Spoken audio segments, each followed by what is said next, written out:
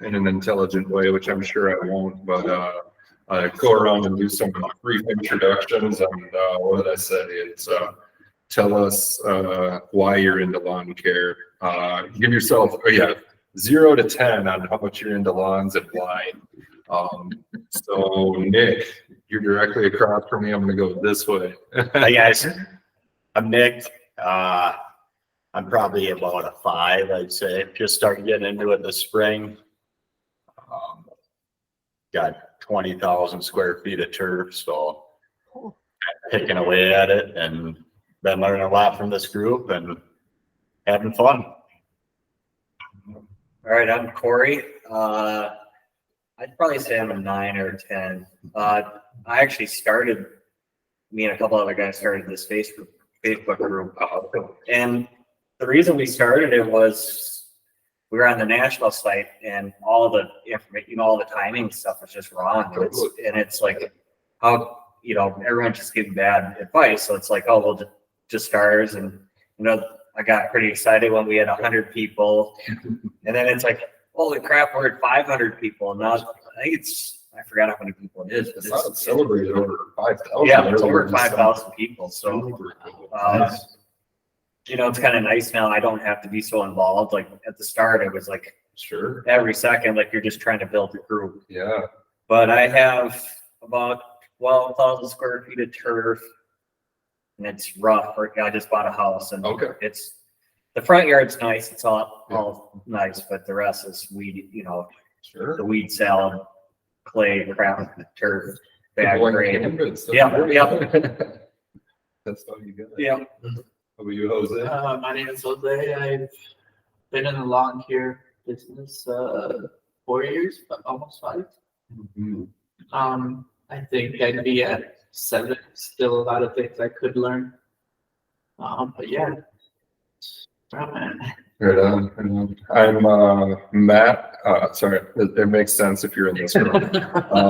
I'm Matt. I grew up in the lawn care business, and I'm probably a 9 or 10 as well. I unfortunately have to make a living doing lawn care, so I can't do everything the exact right way, which I regret. But it became kind of I was telling Nick, we were losing leads to DIYers, and if you can't beat them, and join them. So we started another company, and now just learning from you guys and seeing how we can serve you guys and seeing what you're interested in is super cool.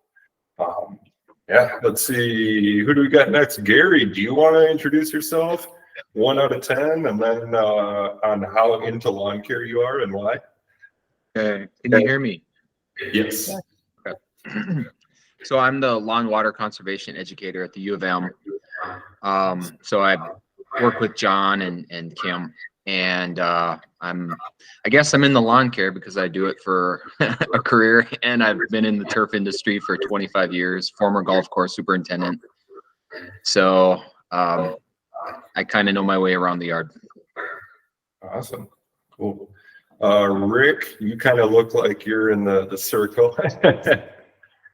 Yeah, hey everyone, my name is Rick Fellers. I live in Medina, have kind of your typical 6,000 square foot residential yard, kind of a new construction neighborhood, house on top of each other.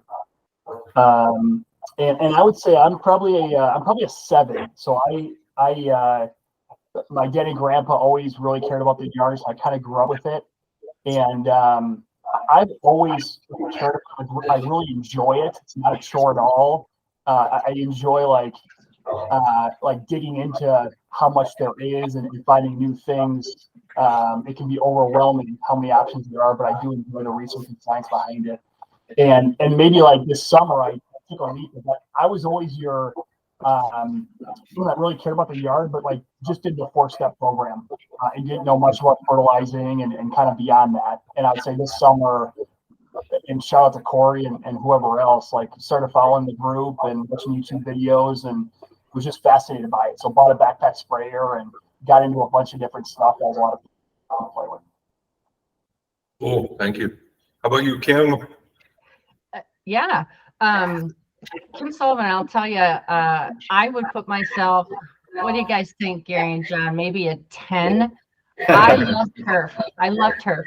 Probably 25 years ago, when Bob Mugus was still with the U, I became a master gardener, and I was fascinated by turf. I was not so interested in all the other hort stuff, plants. It was plants or turf. And I worked with him on some research about using natural products for weed control. And I was hooked. So over the years, I worked with Bob, I worked with Sam Bauer. I kind of took a break with Maggie, and now with John and Gary, I was hired to kind of cover the summer that they didn't have anybody in the roles of educators. So I continue to work now as a part-time person with the two of them, and I love it because I get all the educational stuff, and then with things like Monster Nuts and Gary and John with their experience, I love learning about how it works in the ground. So that's my thing. Too bad you couldn't go to 11, huh? That's all right. How about you, John? All right, so my name is John Trapp. I'm the turfgrass extension educator with the University of Minnesota. My role is basically, helping all people with turfgrass, all people that handle turf in Minnesota, with basically, all of their turf needs. It could be lawns, it could be golf courses, athletic fields, parks, anything. So, as far as my own level of interest, pretty high, I suppose. I do this for a living, so I'm not going to say a 10 though. I'm going to leave that to Kim. I'll give myself a 9. Just to be different. And I know that there's some true turf nerds out there that are way more intense than I am. So for whatever that may be, but. Totally. How about you, Mr. Joe Ebsen? Do you want to introduce yourself, Tiger Blood? You might just be. Yeah, I don't know. That's going back a long ways. I don't remember ever adding that into my profile. Wow. I don't even know where that came. Well, I know where it came from. I don't know if you remember the old Charlie Sheen when he lost his mind and he said he had tiger blood. But anyway, I just joined, and so I assume we're just kind of telling a little about ourselves. Is that what's going on? Exactly. Rate yourself 0 to 10 on how into lawns you are and why. Oh, it's varied over time. So I came up through the golf industry mostly. I mean, I was worked in golf, kind of starting out as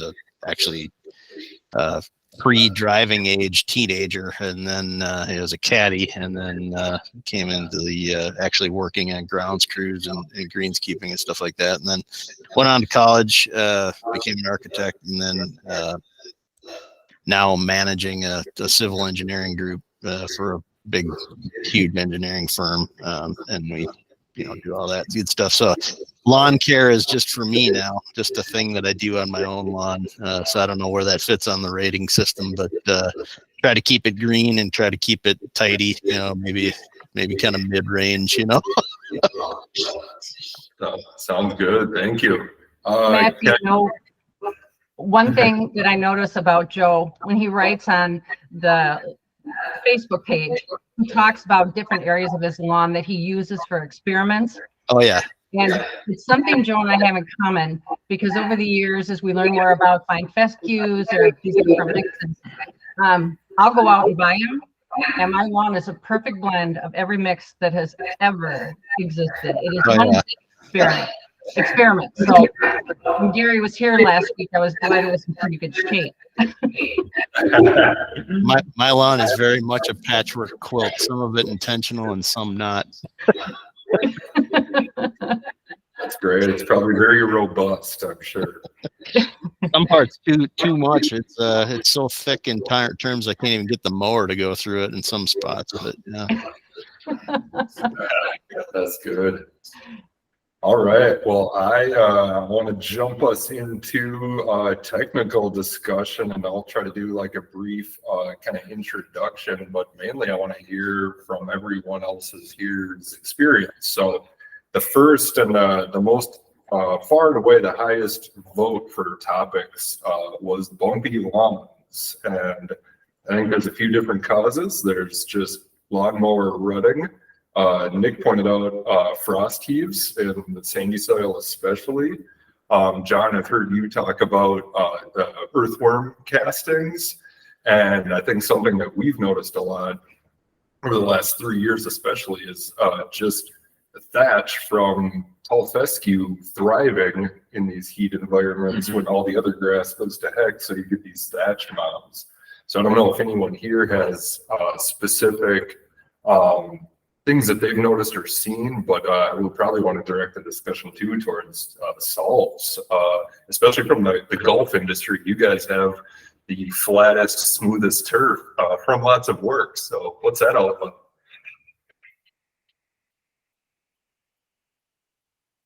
No.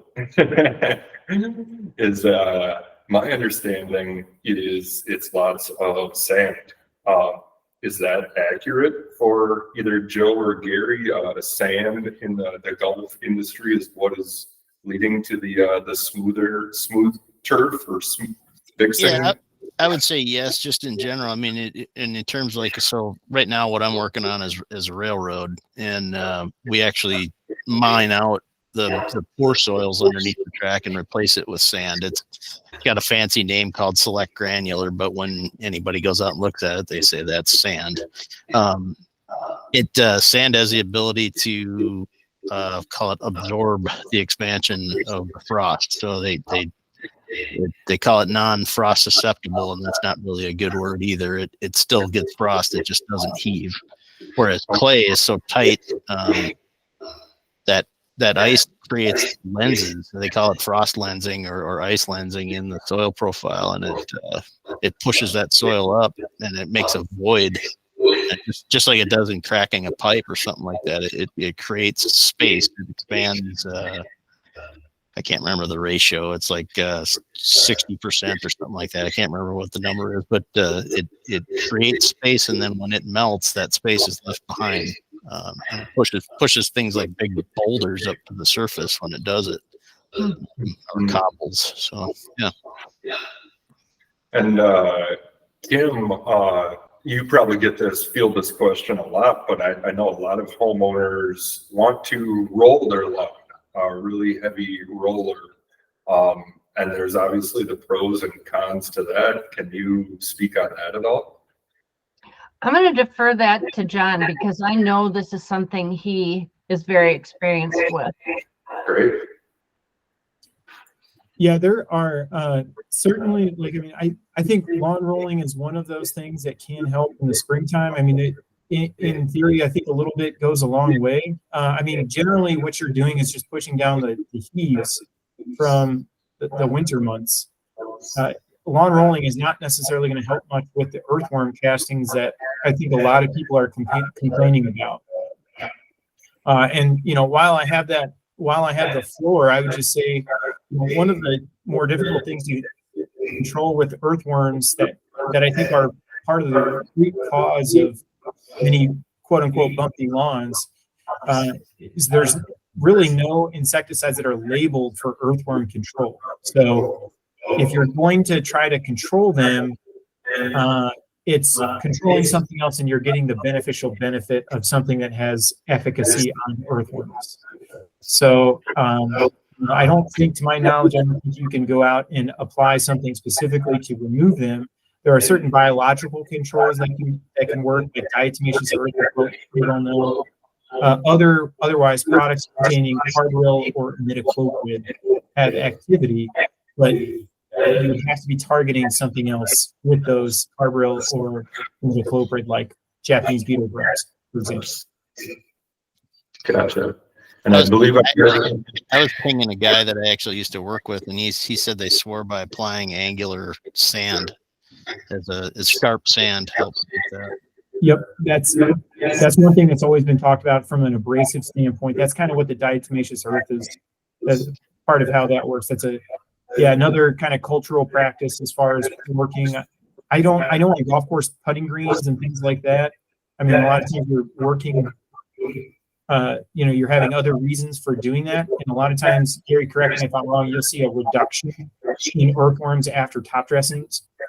Anything that can kind of physically disrupt them is helpful. Can you say that type of sand again? What was that type of sand? Angular? Yeah, we call it angular sand. I mean, you could use something like a paver locking sand, but you got to make sure it's a fine graded, and you don't want it to have any binders in it, because that would be working against you. Then I think like with your average homeowner, I mean, before you're sand capping, you want it as level as you can get it first. I know a lot of people, they think sand is going to be the cure, but I mean, until you get it somewhat level, you don't want 8-10 inches of sand. Yeah. I mean, I had a sandy loamy lawn in Zimmerman, and that's the best turf I had. Yeah. Sand's not all bad, but I mean, before you get that clay, before you can put the sand down, you got to get that clay or that black dirt to a somewhat level state before you can sand cap it. Would you, like, as far as leveling it with a roller or top dressing? Just top dress, Top dressing. 2 or 3 times a year, maybe top dressing. I think you shared just today, Joe, a rake. Is that all that you basically Yep. used, a leveling rake? Yep. Okay. Gotcha. Just putting down a 1/4 inch at a time, just slowly stepping it up until you can, and I don't reel mow, so I mean, if it's a little bumpy, it's not the end of the world, but I mean, the guys that reel mow, I mean, it's got to be flat. Right, totally. And then there's top dressing. You can just black dirt, you can do dirt and sand, you can do compost and dirt. And the more organic matter you put in, the more it's going to get bumpy again as the organic matter breaks down. So you recommend like a 50-50? Yep. Sand? Yep. Gotcha. Or like a sand and peat mix. So you're having some organic properties in that sand. But I mean, the more organic you have, the more it's going to settle and go back down to where you're bumpy again. Yeah. Cool. This room isn't built for acoustics. Can you guys hear everything we're saying? Okay. Yep, crystal clear. There's a little echo, but otherwise, yeah, it's good. Okay. Yeah, here's kind of my suggestion. If when you're not talking, put it on mute, because there's some background noise in it. And when John was speaking before, it was jumping between you and John, so it was really choppy. So if that's possible to hit the mute button if you're not talking. Should be possible if I can find the mouse. There it is. And then I can speak on some of the top dressing as far as golf course. I have heard that if you're top dressing with angular sand on a golf course, you will potentially see a reduction in earthworms because it irritates them, and they don't really like going through that sand layer because it kind of hurts them. But you're still, like golf greens, we really didn't have a whole lot of big night crawlers or anything like that, but we would still see some earthworms once in a while. And like fairways and tee boxes, where if you're not top dressing and you're just having your native soil, you're going to have a lot of earthworm activity. And so I never really did it as far as, all right, we're going to top dress with sand to reduce earthworms. I don't think that's ever a goal, because it's really about playability. It might be a bonus if it helps, and then as far as like a home lawn goes, I just don't ever see a homeowner top dressing on a regular basis accurately, and taking the time to do it to reduce bumpiness or whatever. I don't know. It would be something that's possible, but how many years would it take to do it right and to build it up? And I don't know. That's just kind of an opinion thing, I guess. Yeah, I mean, we built golf greens at Mississippi Dunes, and then rebuilt a couple at the courses I worked at, and they're it's several feet of soil to build up a putting surface. It's not just you know, a skim on the top. But the average homeowner that's trying to build a backyard putting green, you know, I think they're not getting the traffic that a golf course green's getting, so they're topping with a little bit of sand and getting it level. But yeah, I think you're right. The benefit is getting the leveling, not the earthworm mounds. Yeah, I think you said that, John, where it doesn't really matter what you do. There's, you know, homeowners lawn, you're always going to have some bumpiness. And that's kind of most of the complaints we get is just people running their push mower over a lawn. And it's kind of like you're in an off-road course, things bouncing all over the place. But there's not any sort of practical control over that without renovating and top dressing or 4 feet of the angular sand. Well, and even to that extent, you know, what I was mentioning before with frost heave, you know, my current lawn is on glacial till. It's just absolute clay with cobbles. It's the worst soil you could possibly ever ask for. It's got bowling ball size rocks about every couple feet underneath the surface, and those rocks are slowly working their way to the surface. Every year when the frost goes in the ground, those rocks get pushed up and they're getting closer and closer, and that makes my lawn bumpy. Most of the time it's not an issue for me. I don't have like exposed rock fields showing up in my yard, but the reality is if I stick a shovel in, I'm going to find a boulder somewhere. And that's just what happens. That's just natural. Whereas a putting green, like we were saying before, that's screened soil, you know, and they're building it up several feet deep, and that's an engineered soil profile, not a home lawn.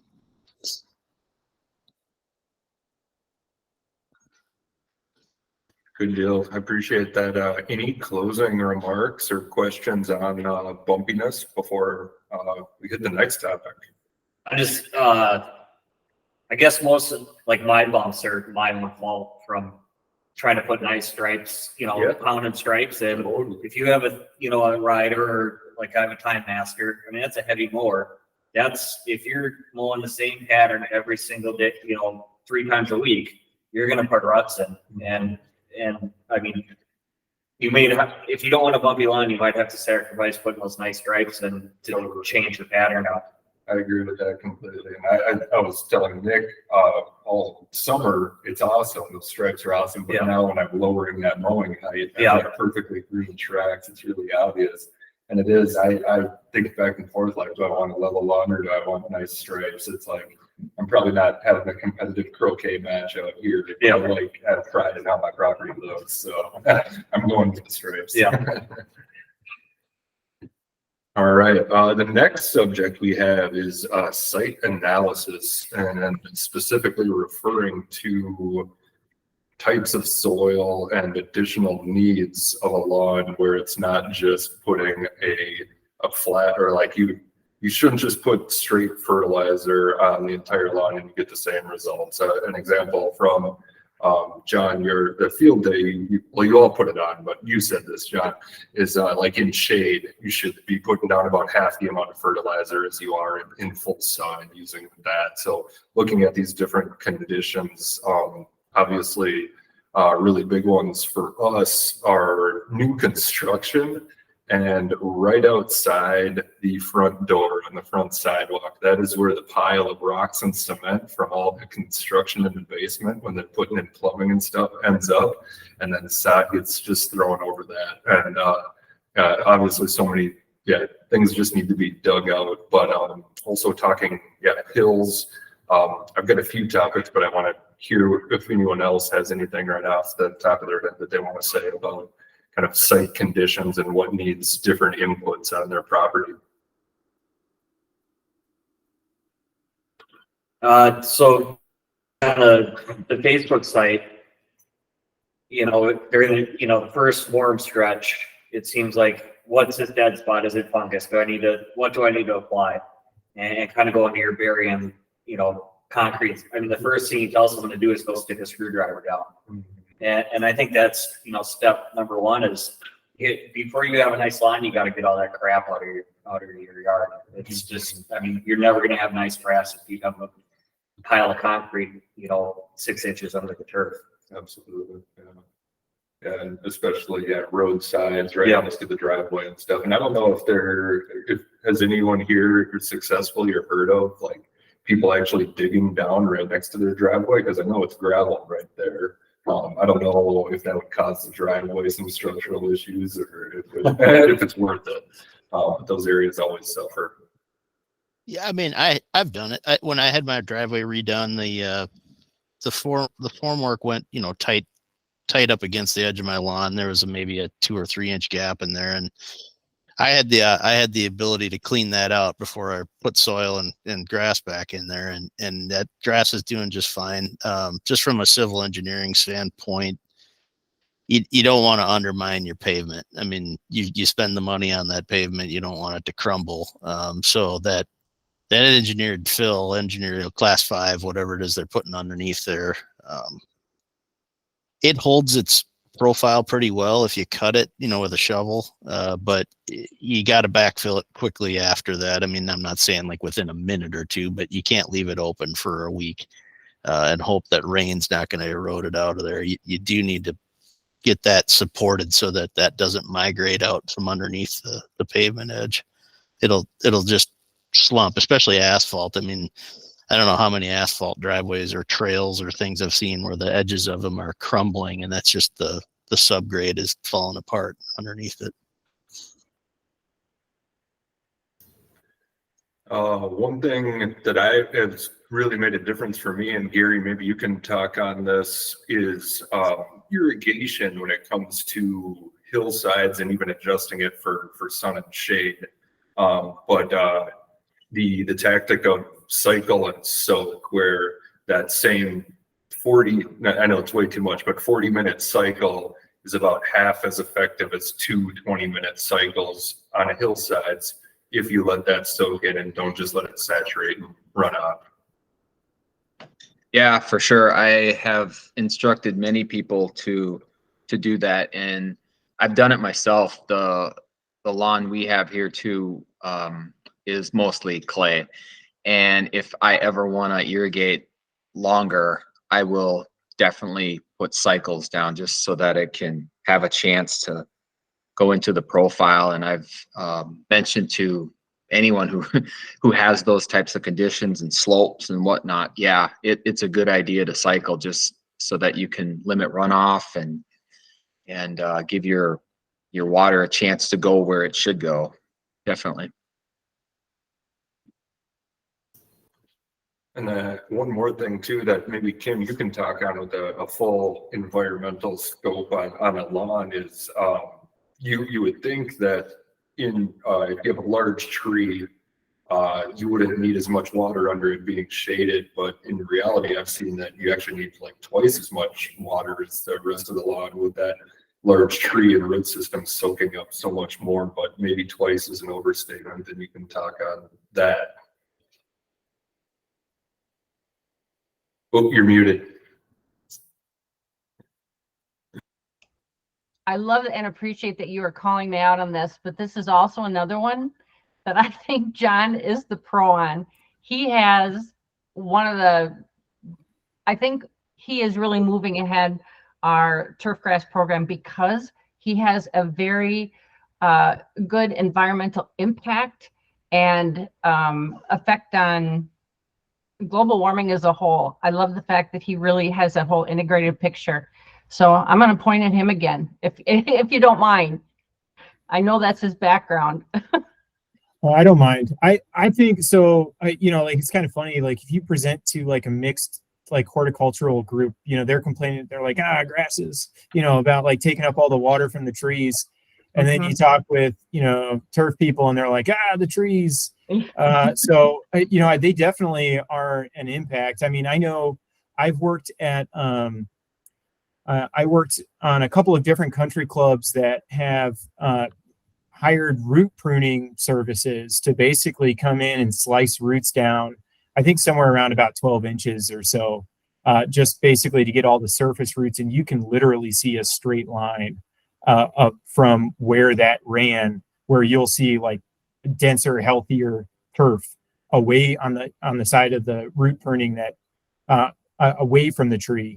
And I mean, we at these country clubs, we would go around every tee box, golf course, putting green, and things like that.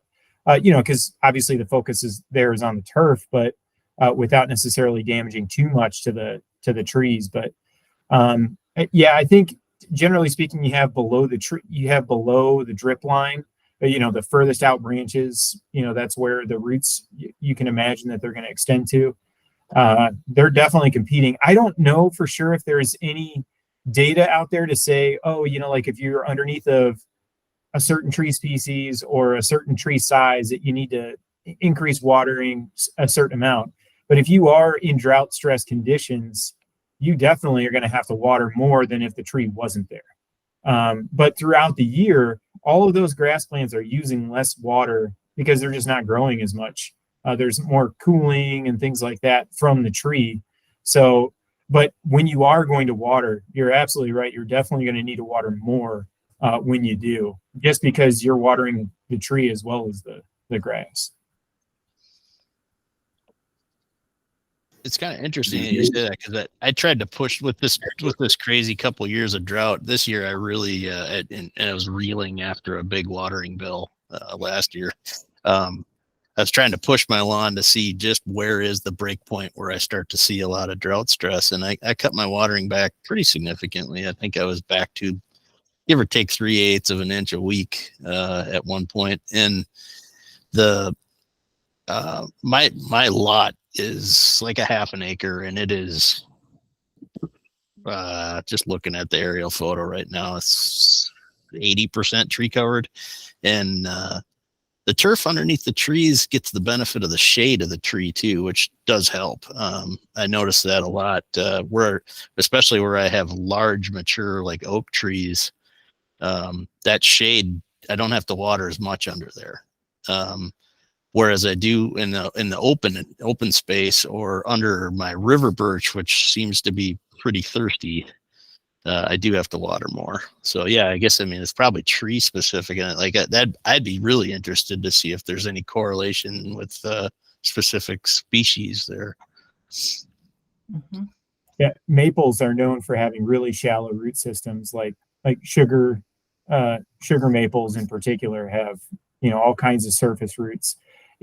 Most turf grasses, the vast majority of their roots are, even if under ideal circumstances in most soil types, like 80 or 90% of the grass roots are in the top 4 inches or so. Most tree roots are below that. The deeper the rooting, the better, obviously, for turf.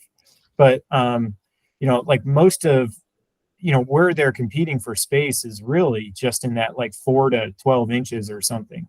But that certainly is enough to show drought signs for either the trees or the plants. Like anecdotally, one thing that's kind of interesting this year is it's kind of, there's a lot of purists out there that are saying, oh, well, I don't ever water my lawn.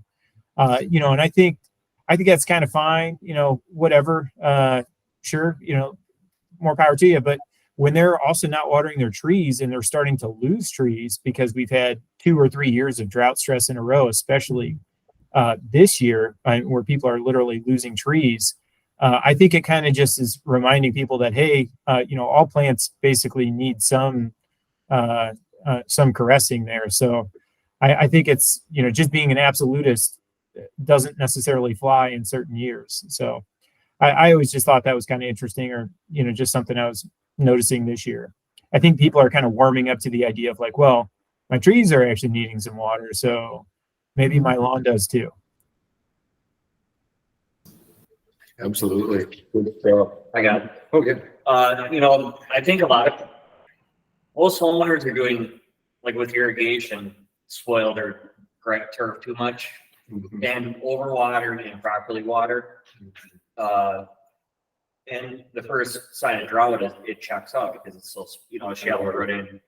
But then with the trees, it's like you have, like you were saying, you have to water your trees. You put the hose by, let it trickle. They should be treated almost separately than the lawn. Water the lawn, but water your trees, and trees should be watered once a week as well. Absolutely. But like I was saying, I know in our group, everyone believes that more water is better. And it just, I mean, go like my line right now doesn't have irrigation. And it's like, I can keep it, I mean, this year is kind of rough, but I mean, most of it I can keep green with just watering once a week. Yeah. And most homeowners are just way over watering and doing more damage than good. Yeah, those shallow roots, because you're not teaching. And building a huge thatch layer, and Yeah. especially with bluegrass, you're doing more damage than good by watering too much. Yeah, I mean, there's my neighbors right on the west side of my house. They just got a new irrigation. Well, they've done so much construction that they had to replace their irrigation system, I guess is a better way to say it. And I took my soil probe over there just to see, because I kept looking at it. I'm like, I think I'm seeing standing water in this yard, and I stuck the soil probe in. I mean, I went down 18 inches and pulled out just a sopping wet core. I just look at it and like, you got to wonder too, you're almost getting to an anaerobic condition in the soil with that much water. It's got to be a double whammy at some point. You're killing the roots of the plant. Yeah, that topic was new to me when we got that 5 to 7 inches of rain here after not much all summer. You brought it up, Joe, earlier. That was super interesting. I went down a rabbit hole researching that. It's something that's super saturation, especially with those clays. It's just every pore space is closed. There's no more air in the soil. Absolutely, and it was noticed. I'm going to switch subjects again, keep us moving. Next one is grassy weeds. This being obviously everything from crabgrass. I think is probably doesn't need much time. We all know it. You can use a selective weed control on it. Creeping bentgrass is a little trickier. I count that as a grassy weed. Then I would say the biggest Achilles heel of everyone in the group is probably like quack grass and controlling that. And then even clump old style of clumping tall fescue. So hoping those get the majority of conversations. And we'd love to hear. We don't want to use Roundup, Kim. What are our options? Well, I know the first thing that my coworkers would tell you is that for quackgrass, Roundup is going to be your option. And for the clumping tall fescue, that one's easy enough to dig out. So I'd say get to work on that. And John, you actually teach the weed control. What do you want to recommend? Yeah, there used to be some options out there, like Certainty was one product that's no longer labeled for use in cool season turf. That did have some selective control on quack grass. Unfortunately, that's no longer available. But honestly, it wasn't even that great because there was still some phytotoxicity on the cool season turf. Sethoxidime and fluroxypyr are two herbicides that are labeled for quack grass control, and they market themselves as selective control of of quack grass in cool season lawns. But they also cause phytotoxicity. So you're basically, you don't really have a good option for trying to remove quackgrass. I've personally, I've been all over the board on it, from basically just using a non-selective, killing off the entire area, feeling like, and it takes a few applications and it takes weeks between applications to make sure that you've gotten enough of the glyphosate in this case to get through down into the rhizomes to make sure that they're all dead and you haven't had any come back yet. It's really problematic. I'm more and more as I am just seeing more and more out there. I've just become kind of, if you can't beat them, join them. I mean, every couple of years, I think you kind of have to, eventually you'll end up get a pure stand of quackgrass, and maybe at that point it's worth it. But I think you just kind of have to live with it. It's annoying because it grows a little bit faster. University of Minnesota has looked at a couple of different times, and I believe they've actually released 2 cultivars of quackgrass. but it is considered a secondary noxious weed in Minnesota. And I don't know if that controls whether or not it can be planted, but it's recommended by the MDA for control. So it's not necessarily saying that you have to control it, but I think it does start to hamper or limit when and where it can be tried to be planted or turned into a turfgrass cultivar.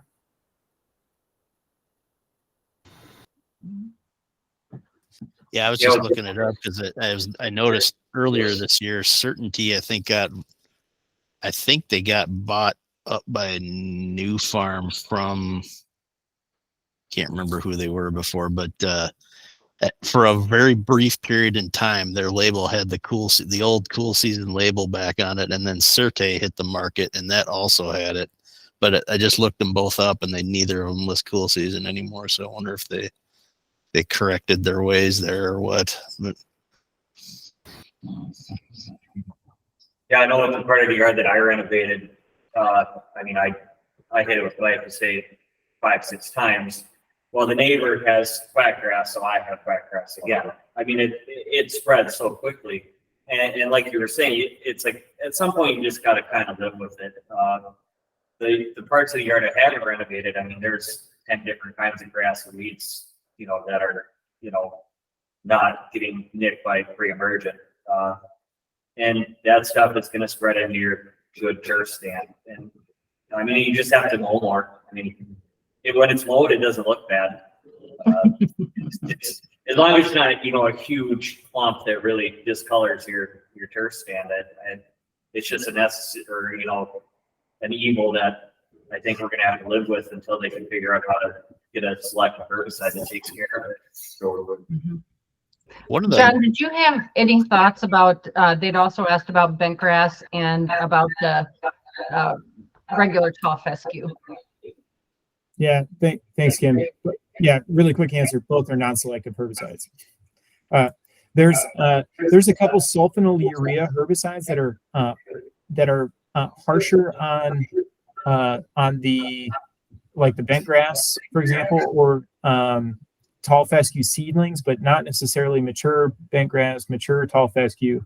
So I think you just got to use non-selective and try to control where you're spraying, because obviously you're killing everything. But I would even go out and around for the creeping bentgrass because of the stolons. It's just really tough to control. Mesotrione is fairly hot on it, and it can be hotter on the creeping bentgrass. So you can get better control with the tenacity, on lower rates, for example, on the creeping bentgrass as a weed in cool season, taller height of cuts. You would get some quote unquote control, but you're still going to get some phytotoxicity that the rest of your lawn would have to grow out of. But that is one particular option. Otherwise, non-selective option like glyphosate. We use quite a bit of tenacity, and it's everything you're saying is true. We've actually also seen it bleach. Quackgrass doesn't kill it; it bleaches it. And then on the bentgrass, it's kind of like a rule of. First, it's a rule of it's got to be ideal weather conditions. If it's slightly too cold or slightly too warm, tenacity basically does nothing. So when it does something, it's also a 2-week delayed reaction. And then it's that rule of percentages where every time you use it, it might get rid of 50%, but it never totally goes away in a lot of our experience with tenacity in those grassy weeds.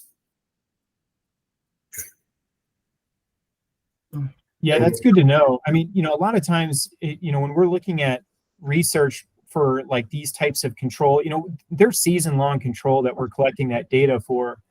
But especially that temperature, I know we look at different timings and things like that, that there's some really good research out there.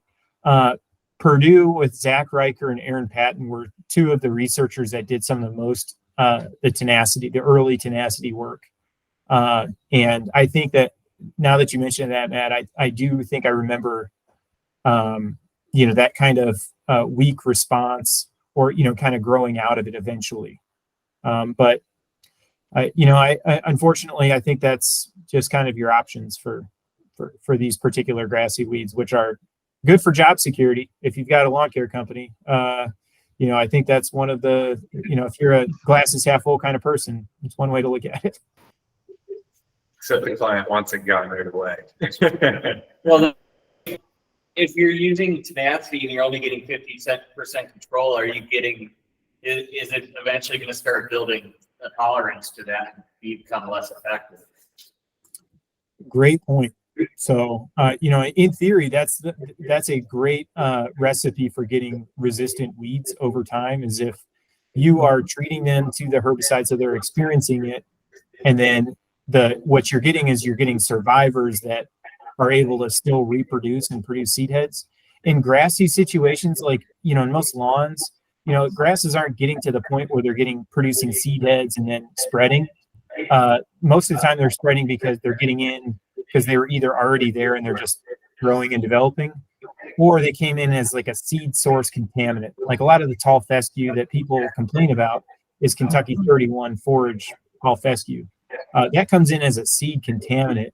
Generally, it's not spreading from seed within your lawn to other parts of your lawn. It's because it was already there and it's just growing, and then you're starting to notice it. So, that weed resistance issue in grassy weeds isn't quite as much of an issue because we don't typically have a lot of seed heads, but that's absolutely a concern. Great point from a herbicide resistance standpoint of, if you're going to start treating something, make sure you kill it, because whether it's a disease or an insect or something else, because that's how you get breakthrough, which eventually could lead to herbicide resistant or pesticide resistance if you're not alternating modes of action. From a lawn care advocate standpoint, tenacity is one of the worst things I think that's been released to the public. I think it took the lawn care industry by storm. Everybody thinks it's a miracle cure, and it's really not. It just isn't. Well, The tough thing is, go ahead. No, you're good, Gary. I was just going to say that the tough thing about trying to explain to a homeowner also about, get something with mesotrione in it, a starter fertilizer. It's just, what's that? How do you, and if they're trying to apply it themselves and fertilize, like using a spreader themselves, it's such a challenge. So I would agree with you, Joe, on that one. Well, it's just, it doesn't do much other than protect you while you're seeding. I mean, that's really its strong suit, right? I mean, it's a good adjunct into an herbicide mix. If you're spraying out something else, you got triclopyr, you got meso in there, and you got whatever else, some cocktail you've concocted that has got a 1, 2, 3 punch on the weed rather than just relying on bleaching it. That's the key. Mm-hmm.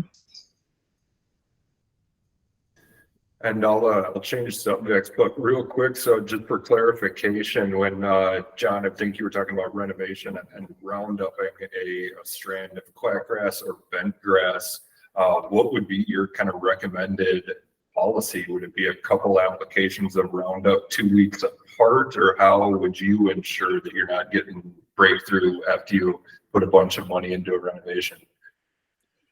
I think with the quackgrass, especially if it's mature, like a mature stand of quackgrass, I renovated an entire boulevard in my lawn, actually 2 different boulevards at 2 different times. You're looking at 3 weeks at a minimum, probably 4 for it to grow back, for you to try to catch it again on the regrowth that's growing back from the rhizomes. You can kill quackgrass pretty easily. What the problem is you can kill the above ground tissue pretty easily. It's all of those rhizomes, all of those carbohydrates and storage structures that are coming back from that are not getting killed by the first application. But I killed it in 2 applications spaced, I think it was 3 to 4 weeks apart in both of my situations. I used just a label rate of glyphosate for that. Label rate for spot treating, I think it ends up being like a quart per acre of glyphosate, but on a per 1,000 square feet, I think I just used the tank mix backpack sprayer rate. So it's way too soon for me to tell. I was reading quite a bit about Philosophy. It's a Fusillade, right? That's Philosophy. If I'm getting them mixed up. Looks like the new flavor of Roundup that replaced the consumer glypho version is Triclopyr, Fusillade, and Diquat, I think. And I have a jug of it, and I did the acrylic marker technique, and I painted some leaves on some quack that was growing in a new seeding stand that I did, and man, it didn't come back. Now they might not have been real mature plants yet too, but it sure seems to be doing the trick. And I don't know if it's just luck or what, but that's worked the best by far. I mean, compared to just Roundup. I mean, like you said, the rhizomes just keep coming back, and I haven't seen it now. Granted, it's only been a month and a half or something like that, so it's maybe some hope there. It's kind of like one of those things. It's like buy once, cry once. I think you kind of you want to make sure that if you are going to be killing off the area, just be patient. Give yourself enough time that you can seed afterwards. So starting it in like July or August is basically a must if you're looking to try to control the quack grass and then reseed because it's going to take multiple applications. And you really just want to make sure you get it all because why else do it if you're not killing it all? Mm-hmm. I got a question. What about if you till it or like Harley rake an area and then glyphosate it? Would that one pass of the glypho do the trick, or would you still need multiple? Because of those rhizomes, you're going to need multiple applications. That's true for many different turf grass species as well. Like just all of those storage structures for the rhizomes and that, or stolons. Anytime you have a creeping stem or a taproot, you just have basically more resistance naturally to that pesticide. I'm going to move us on to the next topic. I'm actually going to skip soil and grass ID because I'm realizing that's incredibly visual, and talking about what grass looks like is probably not a great idea. But going on to like most common weeds, I'm going to go to you, Kim. I'm going to put you on the spot again to defer to John. No, but what would you say are like the top 3 weeds or so you get questions on? And and also I'd love to hear about any organic techniques that you like and you use. All right, I'm happy to give you my take on this one. And again, I love to promote the educators, so I open it to them too. But I'll tell you what I get most about: dandelions and creeping Charlie, always. And Triclopyr, is the drug of choice for creeping Charlie, and 2,4-D for the dandelions. And this year we had a ton of the knotweed, and I used crossbow on those. And then as far as the research that I did with the natural products was actually with corn gluten meal and with sugar beet juice. And really, corn gluten meal had zero effect, as did the sugar beet juice. What we found in the long run was corn gluten meal was great as a fertilizer, but really had nothing, at least within the parameters of the study timeline, that we could show that it took care of any kinds of the weeds or even startup of new weeds. And I think part of that was because the initial research was done on a sterile bed anyway, when that was down in Iowa. So I think people have to put that in perspective. You're not starting from sterile weed beds when you're in your own lawn. But I've used that. I love it in terms of how thick it makes the lawn, how green it makes the lawn. And then I think my favorite one now would be any of the chelated iron products. That when it comes to natural products, for me, they're going to take additional treatments anyway. But that's one that I have found in my own yard that if anything's going to touch it, that will. And folks talk a lot about the other ones, about using vinegar and all those kinds of things. Well, by the time you buy the product that has the ability to actually kill the weeds, at 20% vinegar, for example, you're dealing with pretty toxic projects anyway. You have to be careful about spraying that onto the dirt versus onto the plant. So you still have a lot of concerns with the natural products. So if I'm going to use that, I actually just do with chelated iron myself. So John or Gary, any suggestions? I'm glad you brought up iron. I had heard about that and talked with an organic company, peer company, and they really like iron products as well for clover control, especially. It's not nearly as effective as a synthetic herbicide on clover. You may have to treat a couple more times, but yeah, I have found it works on a ton of stuff. I apparently grow just weeds, gonna so I say- can treat them.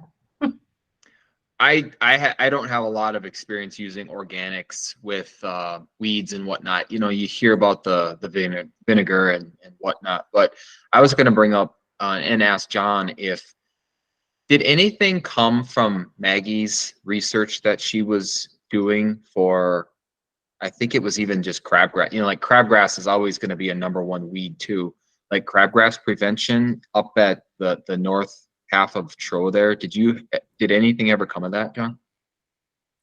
So there we could be talking about a couple of different things there. I think so. Maggie was really just doing a demonstration for the purposes of like a field day or something. It wasn't necessarily like a trial for those, but you know, and as far as the crabgrass and things like that, there is you know, there's not really a whole lot of great options. You know, the organic market is not necessarily focused on trying to post-emergent control crabgrass. It's really just getting a dense, healthy turf because we know that works really well.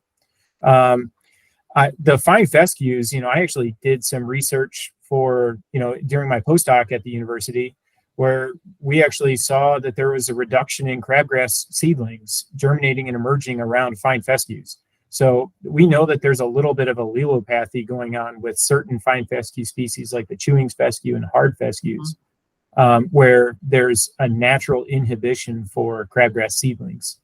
As far as the other organic weed control options, there's a few that are out there. The iron chelate is pretty good. The corn gluten meal works fairly well, but you just have to continuously reapply it, and it's really only effective, I think, on like dandelions. So it's very kind of hit or miss on when and where it works, because it's not on every weed species. It's really, you know, it's kind of a weed in feed, even though I kind of hate the term, but it kind of works in that way in the sense that you're fertilizing at the same time, you're inhibiting a little bit. As far as the turf weeds, I know I'm throwing a bunch of different random topics here. We did publish one study where we looked at the top weeds in Minnesota lawns, and this was actually in the metro area on 62 different lawns. The top 10 weeds we found were dandelion, yellow wood sorrel, white clover, crabgrass, creeping Charlie, quack grass, black medic, rough bluegrass, broadleaf plantain, and spurge. I think you know, if you know, I think those are the exact top 10. As far as there was pretty clear separation between the top 10 and the next ones, but you know, from what we've seen from actual prevalence or data, those are them, for better or worse. And I tried presenting right now, and I'm not sure if I can or not. I might be able to, but I could show the slide, but basically what I said. Gotcha. Yeah, this is what we get paid for.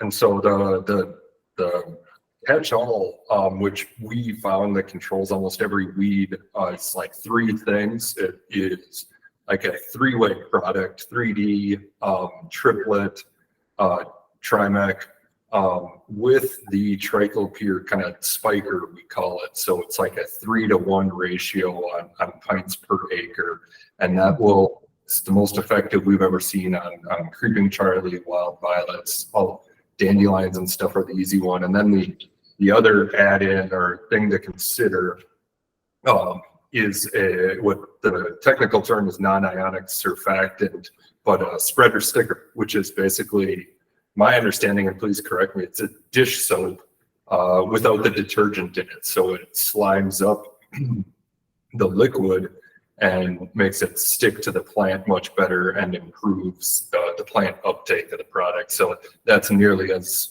effective as that kicker on a generic herbicide as well, is my experience, our experience. Well, then the biggest cure for weeds is having a thick lawn. I mean, if you have a thick turf stand, you're not gonna, I mean, you might have a dandelion you gotta walk around and pull.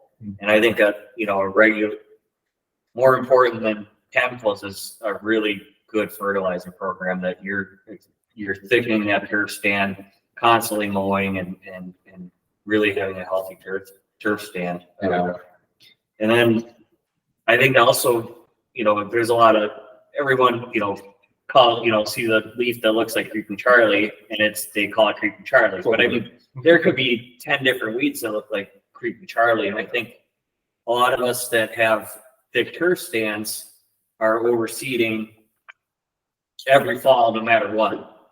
Whereas a pre-emergent program would be better served than making your lawn ugly for the best time of year. And then we'll get the cart before the herd horse, where they try to address the weeds, and then maybe I can make it greener with fertilizer. But really, I would say mowing, then watering, then fertilizer, then weed control. Mowing is probably the most important thing you can do to your lawn. By far. And overseeding, like you said, somewhere. Overseeding towards the bottom is important. And John, I know you were doing research there on just different varieties also of turf and being more dense and weed resistant, talking about the fine fescue studies you were doing too. Yeah, we looked at individual cultivars within a species. And I want to say statistically there was some significant differences between those, but we're still going to publish that data. I think from what we've seen in the field versus what we've seen in controlled environments, that there are some cultivar differences, but it really, it comes down to dense, healthy turf, just like you're saying. Anything that you can do to prevent where weeds are going to germinate and emerge is your best bet.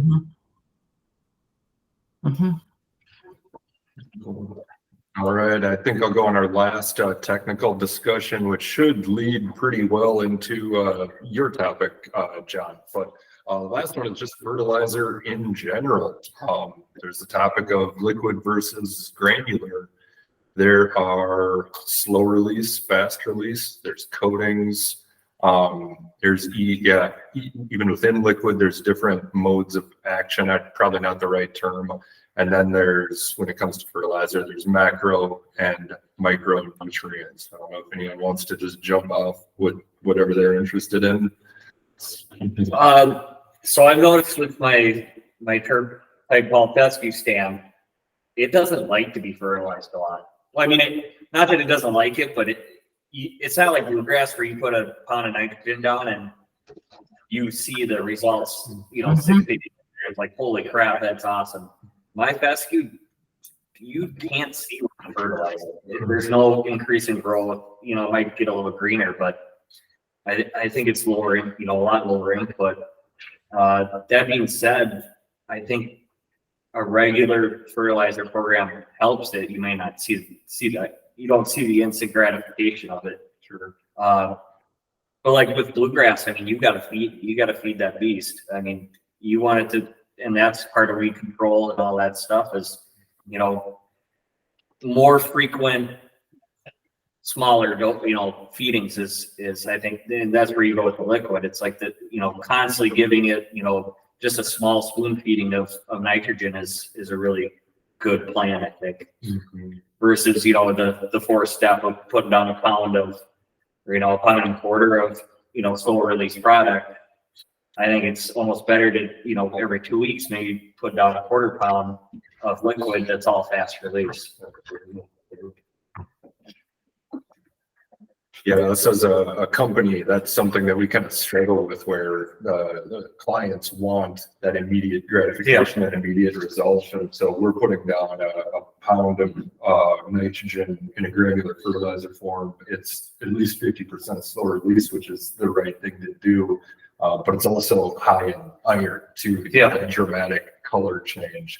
But we get the flash growth right away, and then it'll stay green for a little while, but then it's ready for that next dose when we come back. And it's more of a show than the ideal feeding trend for the lawns. And I did this year, because obviously the drought, it was just impossible to keep it from going dormant. But being able to, have a liquid iron, a chelated iron product that you could just, every 2 weeks put it down, and then you get that really. And on the Fescue, you don't really get that response, but on bluegrass, every time you put down a chelated iron, you get that green pop instantly. Yeah, and then obviously the topic is liquid versus granular, which granular is so much more simple or forgiving, I would say, to apply on a lawn. And liquid, the trade-off being you got to be more exact, more particular, but it's essentially like an immediate uptake and generally less volatilization and loss to the environment, to where the granular kind of sits there and waits for the ideal conditions, and you're typically losing nutrients at that time out of what you put down but if you're irrigated, then that's another stance. And then a lot of the fertilizers that are sold now, they have all the micronutrients on it. And I'd have to talk to more of the smarter people about it, but how, like the iron sulfate, how much of that is actually being utilized by the soil? That'd be my question to the smarter people is, you buy this fertilizer and it's got all on the stat sheet, it's got all these great micronutrients, but if they're not chelated, how much of that is actually going into the soil and being utilized by the turf grass? Is that your whole presentation, John? Summed up right? I do actually very briefly touch on that, though, and I touch on kind of the liquid versus granular, because like a lot of the people in this group are probably on that edge where they're looking to get a little bit higher quality with a little bit more work, kind of pushing the boundaries. And so that's why like products containing iron, like you had mentioned, like the Milorganite, are so popular, is because they're getting that dark green response. Despite most soils having sufficient amount of iron, you can get that kind of crop response without, or that turf response without that, flush of growth. So that's why, they end up becoming popular. As far as the micronutrients go, it really just depends on what's there. I've seen, I've actually trialed a few different micronutrient package products that are real popular in like corn situations. And you'll get a turf response, but they're extremely expensive, and they are not necessarily needed. The vast majority, the needs from a turf standpoint are so low for most micronutrients. It would be like a pure sand or some kind of extreme concentration of another nutrient that's tying it up. That you may have high concentrations of, let's call it manganese, for example, but you've got really high aluminum or something else that's tying up that manganese and making it not plant available. So like you might have certain circumstances where adding an extra micronutrient may benefit, but the vast majority of homeowners would probably see no benefit to applying those micronutrients. But that really just kind of speaks to the importance of soil testing. So, and doing a complete soil test, not just if you're trying to diagnose a problem, doing some kind of a full analysis would really, help narrow down the focus on what is the problem. Because, there's something called luxury consumption. So like just because you apply more of that nutrient doesn't necessarily mean it's going to necessarily benefit the plant. Turfgrass plants don't really luxury consume a bunch of extra nutrients if you apply them.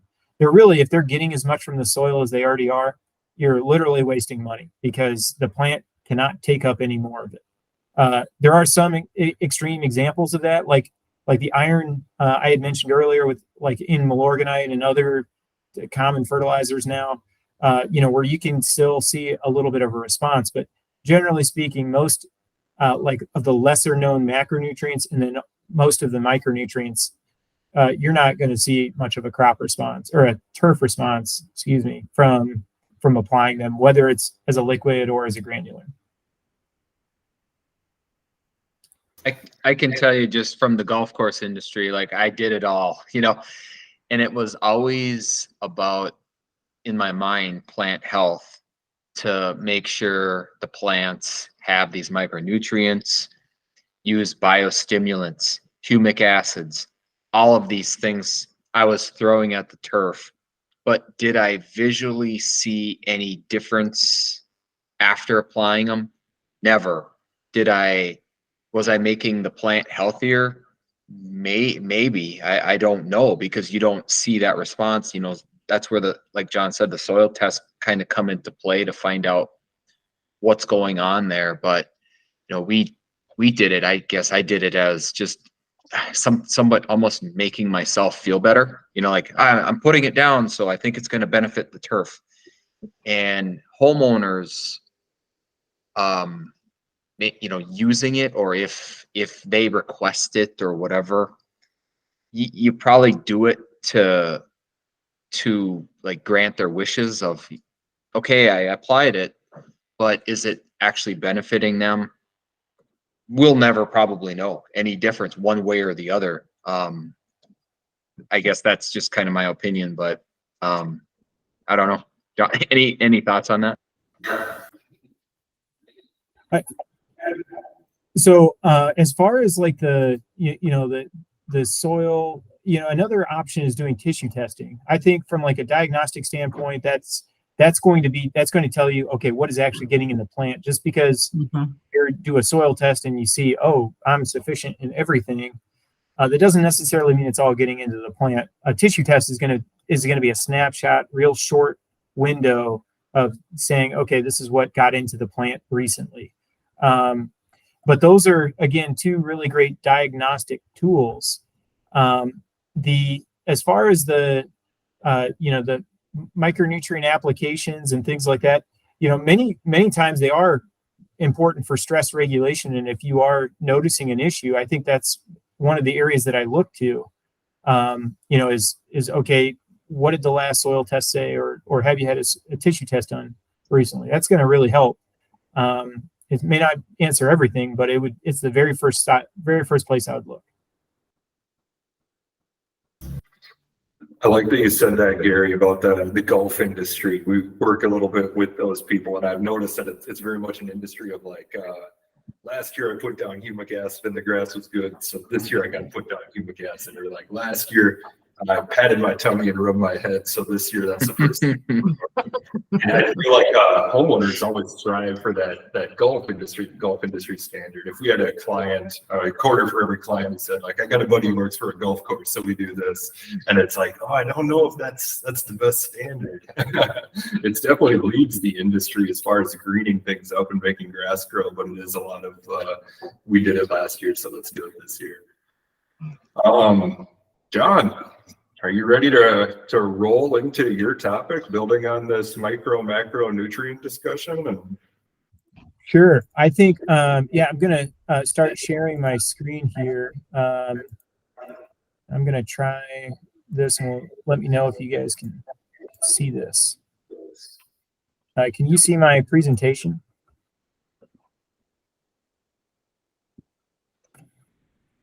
It's thinking about it.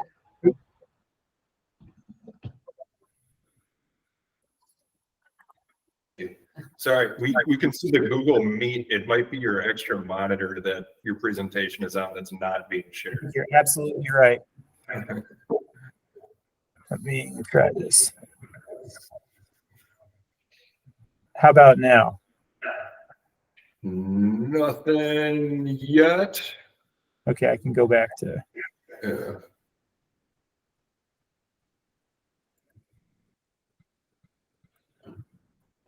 Probably should have helped you tech check this before. It's my Yeah. fault. We'll do all right. There we go. Perfect. All right, so and you can see the screen. Yes. Perfect. Okay, so the idea behind this was really I've gotten a number of questions on these two subjects: lawn liquid aerators and dethatchers. And it kind of I kind of alluded to this a little bit ago. Is I think a lot of people who get really motivated and excited about their lawn, it becomes either their passion or a hobby. They're basically looking to, okay, what can I do to take my lawn to the next level? And so, I think there's a number of products in the marketplace that are either deliberately taking advantage of that or are targeting that. And in some cases, there are products, there are new products out there that do work as marketed and things like that. But we're going to talk about two and kind of touch on some of the broader topics, the broader issues that they're hoping to address. So the first is, let's talk about aeration or aerification and why we do that. So if you're not already familiar, aeration is specifically trying to address soil compaction. Soils compact naturally over time. That's not to say if you go out to an untouched prairie somewhere out there that's compacted, but we see a lot of compaction because in turf systems, because turf grasses are where humans are. We're walking across them. We've got pets. We've got equipment, maybe not as big as this tractor, but even as you are, using a riding lawnmower, for example, anything like that can add to the soil compaction over time.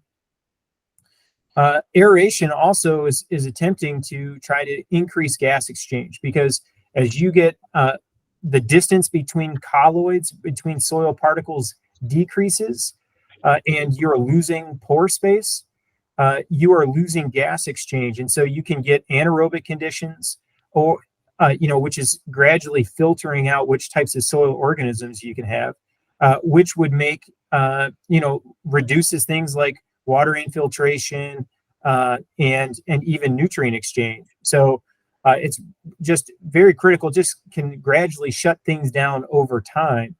I mentioned the water infiltration is really key for part of why we aerate. Another factor is if you're looking to amend that soil over time. So in some cases, like in golf courses, like as pictured here, here they're just doing a core aeration, but on many golf course putting greens, tees, or in athletic fields, they're core aerating and then they're top dressing with some kind of sand because they're trying to amend that soil over time to something that is a little bit more beneficial for their function that they're trying to serve. The one somewhat controversial statement here, it's going against the grain, is that aeration is not very effective at reducing thatch. And I should probably mention that this is in home lawn situations. There are some cases where certain types of aeration can gradually, very slowly over time, reduce thatch, but most of the data out there shows it's not very effective at that. It's kind of a major misunderstanding. Even though we would say if someone does have thatch issues, a lot of times we do actually recommend to aerate, but it's in combination of something else. But aeration itself is really only going after that soil compaction and trying to increase the air exchange and water infiltration. So when and how should someone be trying to relieve soil compaction? Obviously, just like everything else, it's a less interesting comment. It should be really done as needed. It's going to depend on the level of traffic, whether you've got a golden retriever versus a chihuahua, or you've got humans. You've got 3 kids versus you're a 60-year-old retiree that walks across your lawn a couple of times a week. How it's used is going to affect how much soil compaction actually takes place. Same thing's true with the equipment, what you're actually using to take care of the area or driving across it. Soil conditions are also going to play a really big factor here. So Silt loam, silty clay loam, any of the things that have, from a soil texture standpoint, that have reduced amount of sand, but higher silt or clay content are going to be more prone to compaction than others. Soil moisture, things like that can certainly play an impact there. But as you increase any of those factors, you're going to increase the likelihood, the size of the pet, amount of human traffic, or the size of equipment. You're going to increase the level of compaction that might be taking place. Typically, as you have higher sand content, you have less need for aeration or relieving that soil compaction, just because sands are naturally resistant to it. They have really large macro pore spaces, but necessarily fairly low overall pore space, but they have much higher proportion of macro pores. And so they can just kind of move around and tolerate that traffic that sand content, higher sand content can. So that's why a lot of athletic fields are made out of pure sand. That's why golf courses are, as well as one issue is to try to remove as much water from the soil profile as quickly as possible. The other is to be able to tolerate that level of traffic. And I should say, if anybody has questions, just take yourself off mute and fire away.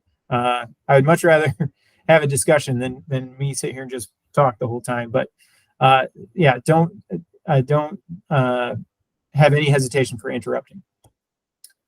So the other aspect is, other than saying, okay, well, sure, that's good. I've got 3 kids and a golden retriever. How often should I be? How do I know when I need to aerate? And one of the key signs of that is if you're seeing visible water ponding or water running off the surface after light rainfall events. So if water is not infiltrating into the soil profile, you'll notice that's an early sign of soil compaction issues. And it may just be at the surface. It may not necessarily be, really deep issues of soil compaction, especially if it's a relatively new stand. But in general, those are very early indications and very clear indications of soil compaction. One thing that's may take a little bit more of a trained eye is that you'll notice that your turf is a little bit thinner in full sun conditions and may even have a slower growth rate, may need to be mowed a little bit less often than areas that are just immediately adjacent that are not trafficked. I'm officed down at the Minnesota Landscape Arboretum, and we have turf paths where people walk, and then we have turf paths where people do not walk. And you can very clearly see that the areas where people are walking are just simply staying short, are almost never getting mowed, but basically kind of sunk in a little bit, and they're just thinner overall. And where you're going to notice these types of areas and this symptom in particular, you're going to notice it around movement funnels. So like in and out of a gate for a yard, for example, or a fence gate, maybe fences or a line of shrubs or trees, anything that's going to funnel traffic, like a side yard or a boulevard, where you're going to have a higher concentration of traffic through that particular area. That's where you're going to notice these issues first, not necessarily evenly spread across the whole lawn. Practically speaking, what I recommend to people is most lawns could benefit from aeration about every 3 to 5 years.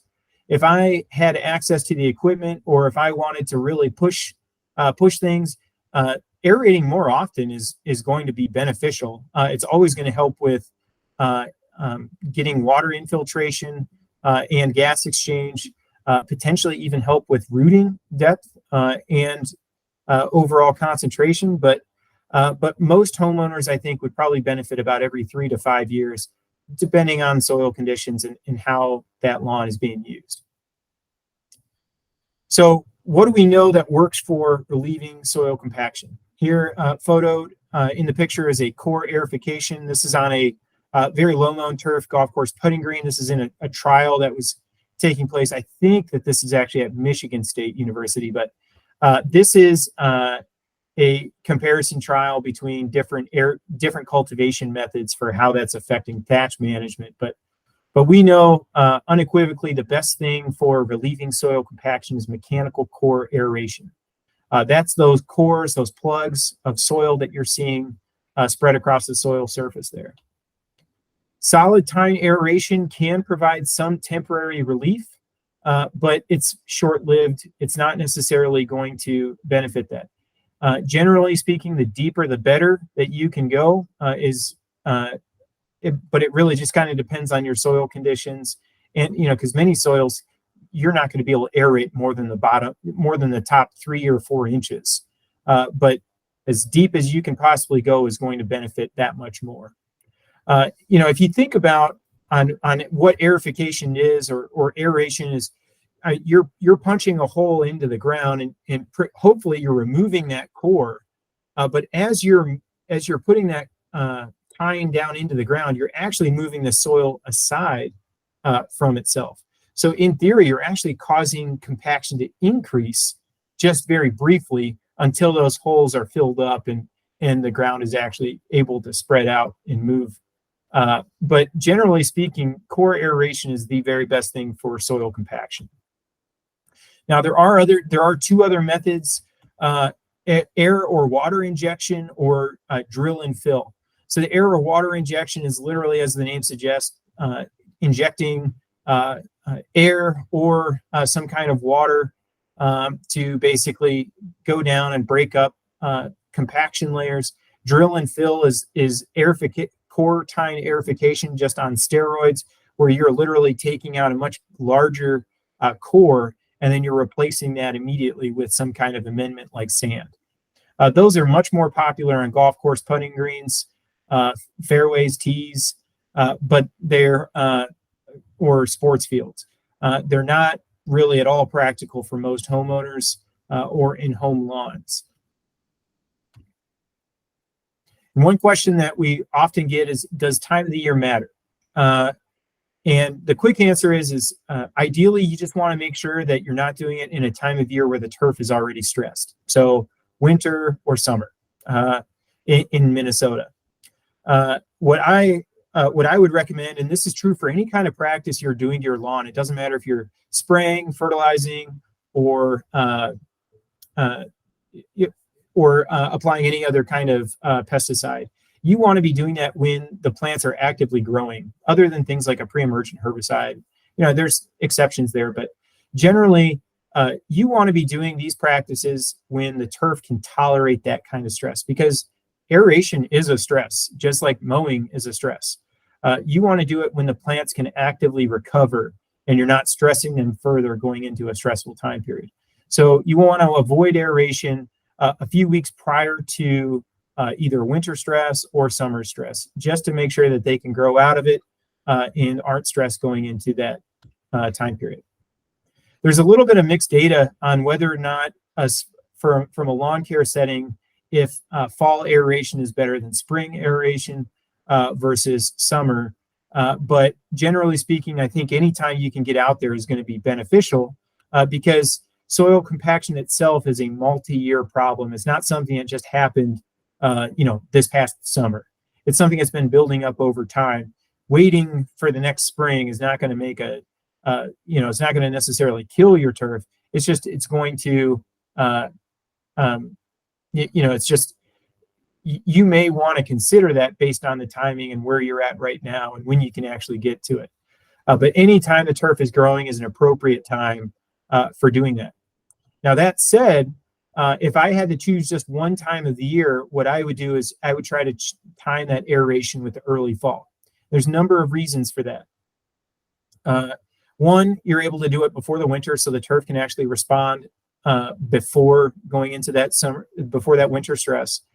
But the other added benefit is you have reduced pressure from summer annual grassy weeds like crabgrass, Johnson grass, foxtail, those types of things.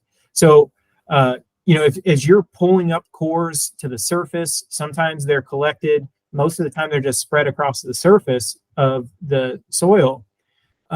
You're pulling up weed seeds. You're providing voids for weed seeds to get in there. So timing aeration around when you expect most weed pressure on a given site is a really important thing to consider.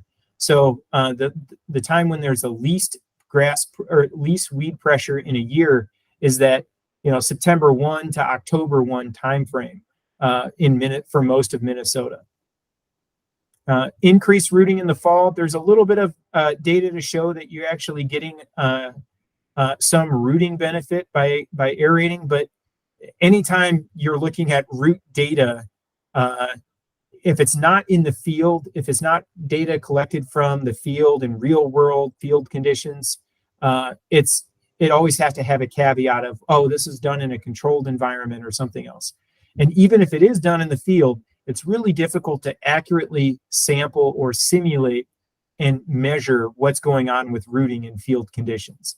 So there's always a caveat of saying, well, we destructively sampled our roots, and so we could have lost some in the soil.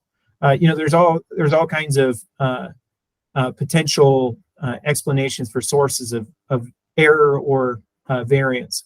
So there's a little bit of data to say that if you do it in the fall, you're benefiting the plants when they're really the plants themselves are focusing on that root growth going into the winter months, getting ready for next year. Another added benefit. Oh, go ahead. I was just gonna say I have a kind of a question for the Pro Lawn guys about their clients, and like what percentage of, say, your clientele requests aeration? Do you do aeration? How deep do your tines go? And is it mostly fall? Is that kind of your procedures, I guess? Yeah, great question. Probably 10 or 15% do aeration, and we offer it. We kind of promote it. We say it's available in the spring, but we are in the same line with John, where the early fall is late summer, early fall is when we really want to do it. And we also want to pair it with overseeding to get that seed to soil contact. And our aerators do the 3 to 4 inches, pretty standard with industry market. Was that all the questions? Yeah. That pretty much answered it. We highly encourage it, even if they want to reduce their fertilizing and weed control program. We promote that they do aeration as well as overseeding instead, if they had to choose between the two. Yeah, we love aeration. Some clients will do it twice a year. Try to get everyone else to do it as often as they can, like you're saying. And I guess one of my questions would be, because I have no idea, how do you decide a charge? Is it a square footage of the yard? That's exactly right. And there's all the intricacies. Some yards with a lot of obstacles, we lose money. Some flat open yards are wide open, we make money. So we just have to generalize it, and hopefully at the end of the season come out ahead.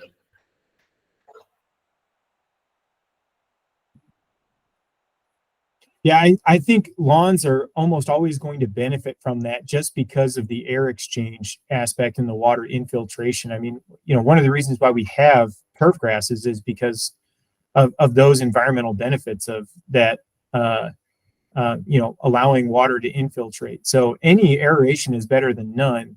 I think people can get away with, doing it. I think a lot of people view it as that there's going to that there's always an inherent need for it.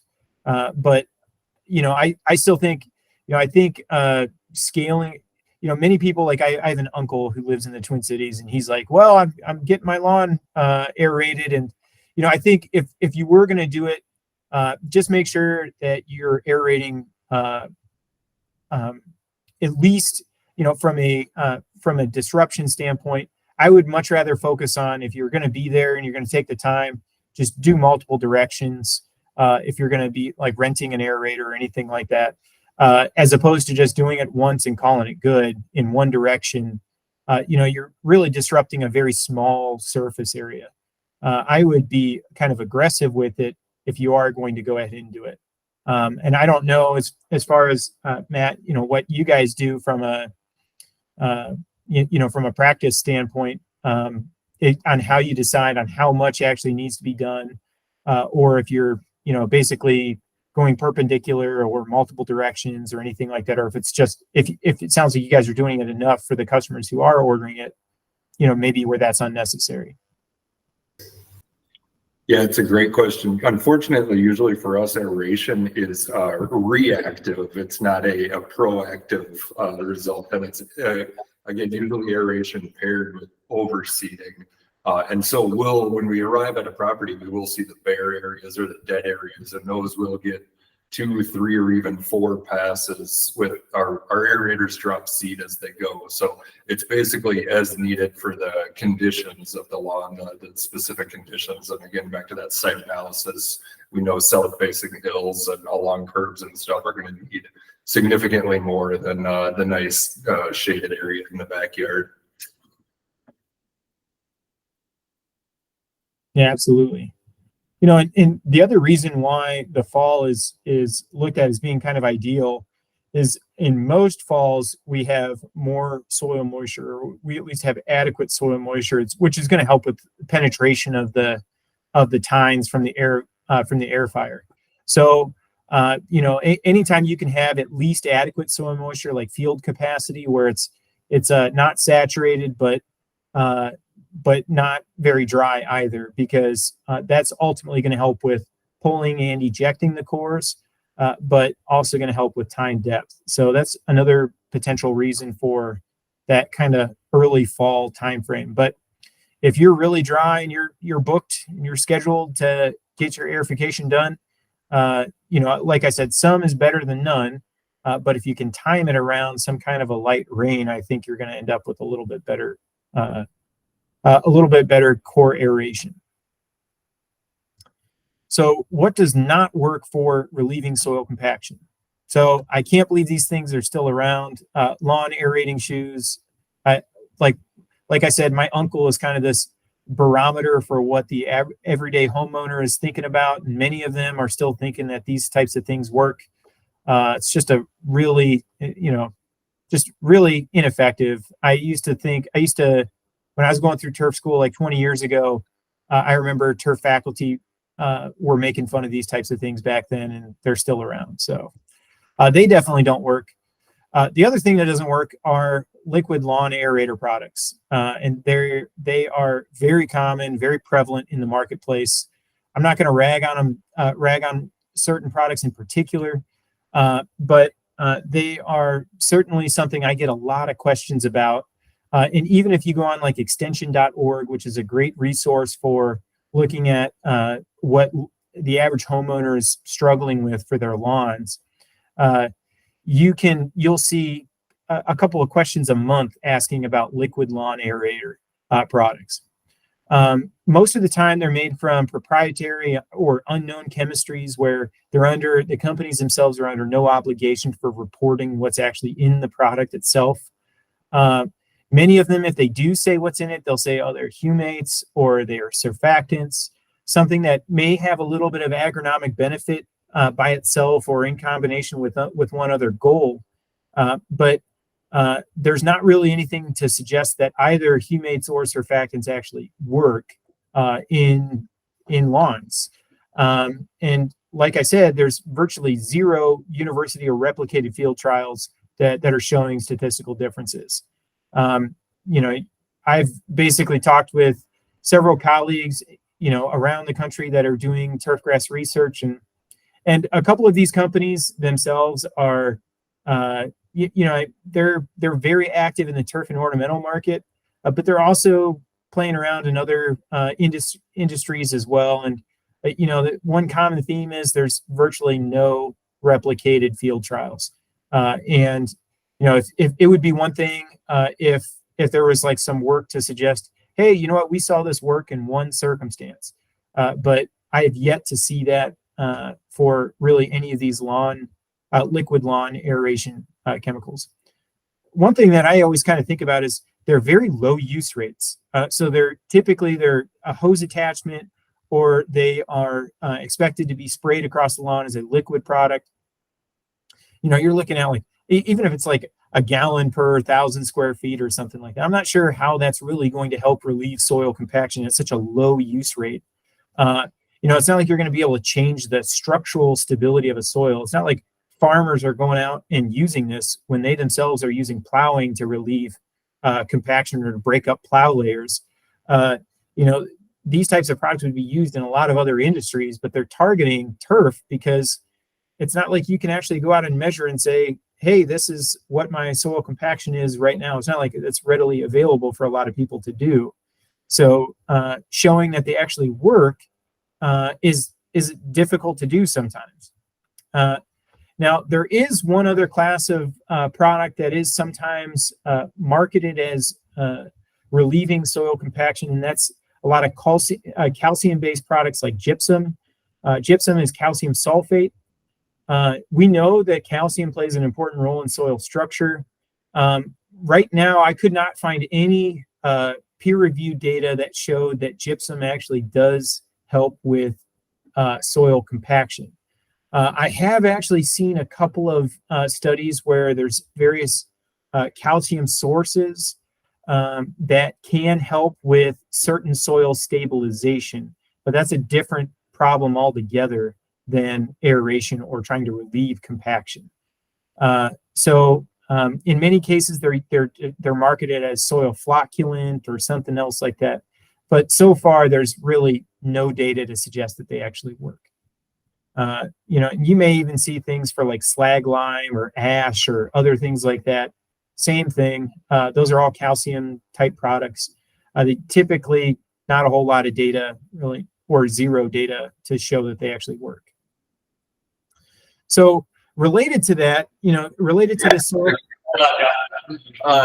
So every soil test I've seen from around the state of Minnesota, I mean, every soil test in Minnesota, calcium is astronomically already high in the soil. So I mean, how is adding more calcium going to do anything to your soil? I guess. Right. So you know, this kind of is getting into the very experimental category on whether or not it can work. And there is actually a little bit of data to show that some calcium can help with soil structure, whereas like it's improving soil colloids and soil structure. But I think most of that's out of Australia. But I have, you know, it's really, really limited data. It's almost into that kind of pseudoscience world at this point. It's not to say maybe someday it doesn't change, but yeah, and you're absolutely right for pointing out most soils in Minnesota are already sufficient for calcium. It may not necessarily be soluble calcium, but in turf situations, and this goes for the micronutrients and things like that I wanted to bring up earlier, you know, unless you're physically collecting the clippings as you're mowing, the vast majority of nutrients that are in a soil are going to stay there in turf situations because we're not removing any nutrients. We're recycling them back into the soil as clippings. And so there's always some that are soluble, some that are plant available. It's not like in agricultural situations where you're actually harvesting a crop or in a garden, for example. In turf situations, once you have a soil analysis, it's generally going to stay fairly stable, unless you go applying all kinds of wonky, you know, amendments and things like that, maybe. But yeah, that kind of benefit is not really going to be there. On gypsum too, sorry to go back to No, on good.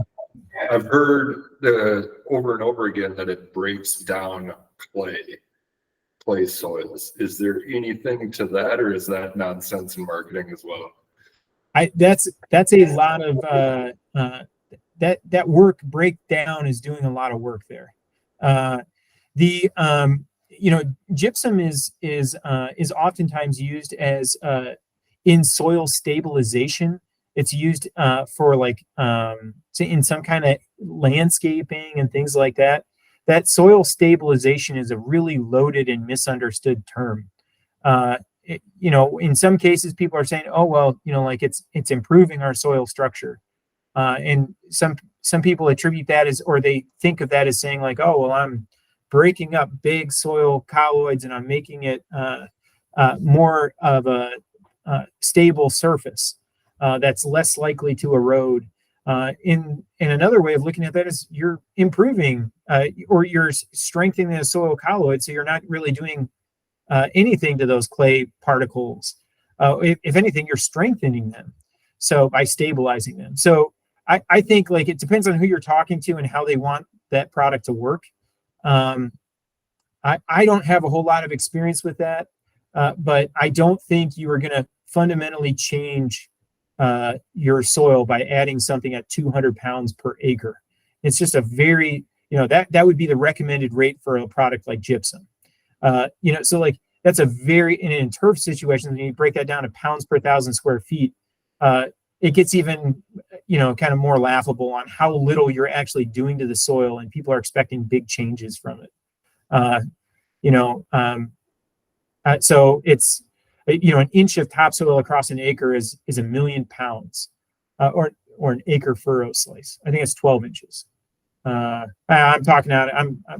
I'm probably going to misspeak there, but it's just such a high volume, high weight of soil, and so you're really not changing very much. And I don't think changing adding a chemical nutrient is necessarily going to help with that physical attribute.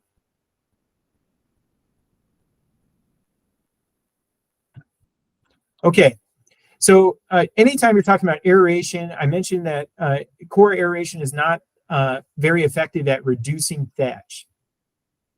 And a lot of times, I think these two are kind of marketed as being similar problems of, you should aerate to reduce your thatch, or you should use this liquid aerator because it's going to help relieve soil compaction, but it's also going to reduce your thatch mat layer. And then you don't have to aerate. So let's talk a little bit about thatch management and what that means. So we've got, this is what this is actually a layer of Kentucky bluegrass sod. This is almost exclusively a thatch mat layer. This sod was, I saw this on one of my neighbors. They were getting their lawn resodded. So here you can see this thatch mat layer. The thatch is the layer of partially decomposed plant materials. It's mostly consisting of plant parts, but also there's soil organic matter, and it's found on the soil surface. And here you can see this layer of soil, very subtle, but there's just a very, very small layer of soil. And there is soil mixed amongst that thatch mat layer, but it's very diluted because it's mostly decomposing plant parts. And this thatch is, it's something that happens in some turf grasses, not necessarily all. And I think, many people kind of overestimate how much thatch they actually have and when it's a problem. So, I'd like to get into that. So why do we manage it? For one, there's some scalping tendencies. Eventually, if you develop too much thatch, you're going to start getting some uneven mowing surfaces where you're literally cutting off too much of the plant as you're mowing, or a very inconsistent level of height of cut. Thatch can influence water infiltration. If you have too thick of a thatch mat layer, you'll get it really holds in because it's such high organic matter. It'll hold a lot of moisture and reduce soil water infiltration over time.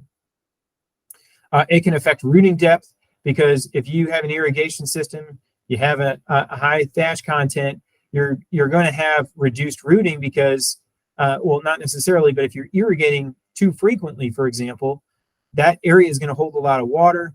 It's going to form more shallow roots. Not necessarily every time, but that tends to be a likelihood as you if you increase your thatch layer. There's also a number of insect and disease issues associated with too much thatch. You can harbor areas for turf insects, and there are certain turf diseases that are much more significant, or a cultural practice is literally recommended to go out and reduce thatch mat layering. Many of those are soil-borne issues where they're moisture regulation or something else, but or they're literally a sanctuary for disease spores or insect eggs and things like that. When is turf specifically have too much of an issue with thatch? Anytime you're getting above that 1/2 to 3/4 of an inch, that's when I would recommend reducing thatch. And that's not to say every turf is going to have 1/2 or 3/4 of an inch. Generally speaking, those are going to be reserved for turf grass stands that have species that spread by stolons or rhizomes, or stolons and or rhizomes. So Kentucky bluegrass is out of the turf grass species that we have growing in Minnesota. If you don't have Kentucky bluegrass in your lawn, you probably don't have issues with thatch. But that's to say it's really largely because most of the other turfgrass species we're planting, the fine fescues, the tall fescues, perennial ryegrass, none of those spread by rhizomes or stolons.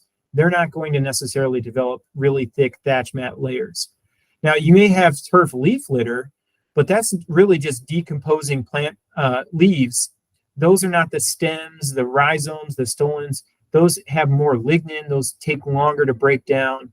That's not really a thatch mat layer. You may just have a layer of leaves on the surface, but those will still break down readily in a few weeks, for example. Turf leaf litter does not contribute to thatch. So it doesn't matter what species you have.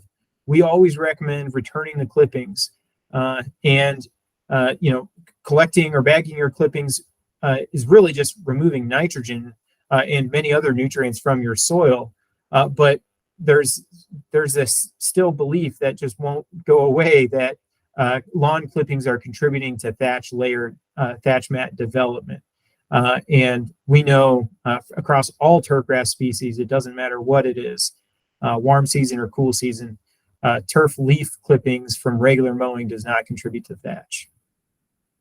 So as far as our strategies for thatch management, we've got a couple of different options. You can physically remove the thatch through aerification, like we had mentioned, soil or core. That's very aggressive aerification. I had mentioned earlier that it's not effective standard core aeration, but more aggressive aerification can help reduce thatch, like the drill and fill and those types of issues. Phrase mowing is one that can, if you're literally mowing off that biomass on the surface, it's a relatively recent, in the last 20 years or so, practice that's gaining in popularity for reducing thatch over time. It's literally one fell swoop of removing most of the above ground biomass, everything above the crown of the plant, reseeding into that area. That's a very effective way for instantly, removing or reducing thatch. There's also this kind of belief of enhanced degradation. We're going to come back and talk about what that actually means. Other practices that could reduce thatch, scarification or vertical cutting. This is the most effective at immediately removing or reducing organic matter, that thatch layer over time. And these are most often accomplished in kind of high input turf situations like golf course, putting greens, fairways, tees, or athletic fields. But this vertical cutting, vertical mowing is still a really effective approach in home lawns as well. The third strategy for reducing thatch is top dressing. And top dressing is really just diluting it, where you are adding a layer of sand to the surface, you're brushing that into the canopy, and you are effectively allowing organisms more opportunities to break down that organic matter, that thatch mat layer, and you are diluting that thatch over time. It does need several light applications, not just one and done. My thatch is now under control. It's a slower process, but it is very effective, especially when it's combined with some other kind of practice like aerification. That is when that practice plus with the top dressing can be effective at reducing thatch. Vertical cutting, like I mentioned, especially with top dressing, is very effective at reducing thatch in the short term and in the long term as well. But the top dressing itself, like we had mentioned earlier, it's not very practical for home lawns. It's from an equipment standpoint, from cost and labor, as well as the materials themselves. It's fairly expensive especially considering it needs multiple applications to be effective. So let's circle back around to that enhancing decomposition. Most of what we're trying to accomplish with physical removal or the physical processes, they're actually just enhancing decomposition themselves. You're opening up pore spaces, or you're creating opportunities for soil organisms through moisture or on the surfaces of soil colloids. You're giving them more air, more moisture to basically be able to live, grow, and do their thing. They can break down organic matter over time. Soil cultivation through like tillage and things like that farmers do, that naturally draws down organic matter over time. And that's it because it's breaking up soil structure, but it's also it's providing a more suitable environment for aerobic organisms that breathe air, to begin to break down organic matter. And so any kind of cultivation like that is you're basically benefiting the soil organisms, which is indirectly relieving thatch over time by enhancing decomposition. So does chemical decomposition work? So there's a number of liquid dethatchers that are out on the market. Many of them, the idea behind them is to stimulate soil biology to increase organic matter decomposition, feed the bugs, and they're going to in turn feed on the organic matter or the thatch. Many times they're in the form of organisms themselves. Hey, we've got this organism that's really good at breaking down complex carbon structures. We're going to apply that to the area, and then those are going to break down the thatch. Many of them are carbon-based food sources, really simple carbon sources like sugar, molasses, glucose, or they're complex carbon sources like humates. And in many cases, these are already being used, these types of strategies of applying either the organisms, the carbon source. They're being used very commonly in agricultural situations by farmers to break down crop residues. And they, for the most part, there's a lot of really positive data to show that they work. Even though they should work, in turfgrass situations for removing that specific thatch mat layer, there's not a whole lot of data to show that they actually work. So it's very, very limited. If anything, it's kind of in certain circumstances they can work, but generally speaking, there's not a whole lot of proprietary, or there's not a whole lot of repeated peer-reviewed studies that show that these types of liquid dethatchers actually work. That's not to say that like molasses and things like that wouldn't necessarily be a problem. When they do work is in agricultural situations where you have a lot of organisms that have a really high carbon content. Think corn stalks out in fields. By adding nitrogen or a soluble carbon source, you can actually get that soil biology going, and they can start working on breaking down those crop residues. In turf situations, there's already a lot of nitrogen and carbon that's soluble, that's really easy for those organisms to break down. It's a fairly closed loop system. And so adding more of that doesn't necessarily enhance that decomposition of those of that thatch mat layer, for at least from what I've seen. So with that said, going to kind of spin into this how to think about these products, how to think about other products as they become on the market, and ultimately protect yourself against good marketing. So the first and foremost is, anecdotes. Just because somebody else has used it and they think it works really means nothing. Data is everything. At the University of Minnesota, everything we recommend is based on research. Even if we have immediate experience, we're very hesitant to suggest people to start doing a practice until we can have that data analyzed, reviewed by our peers to make sure that it's appropriate.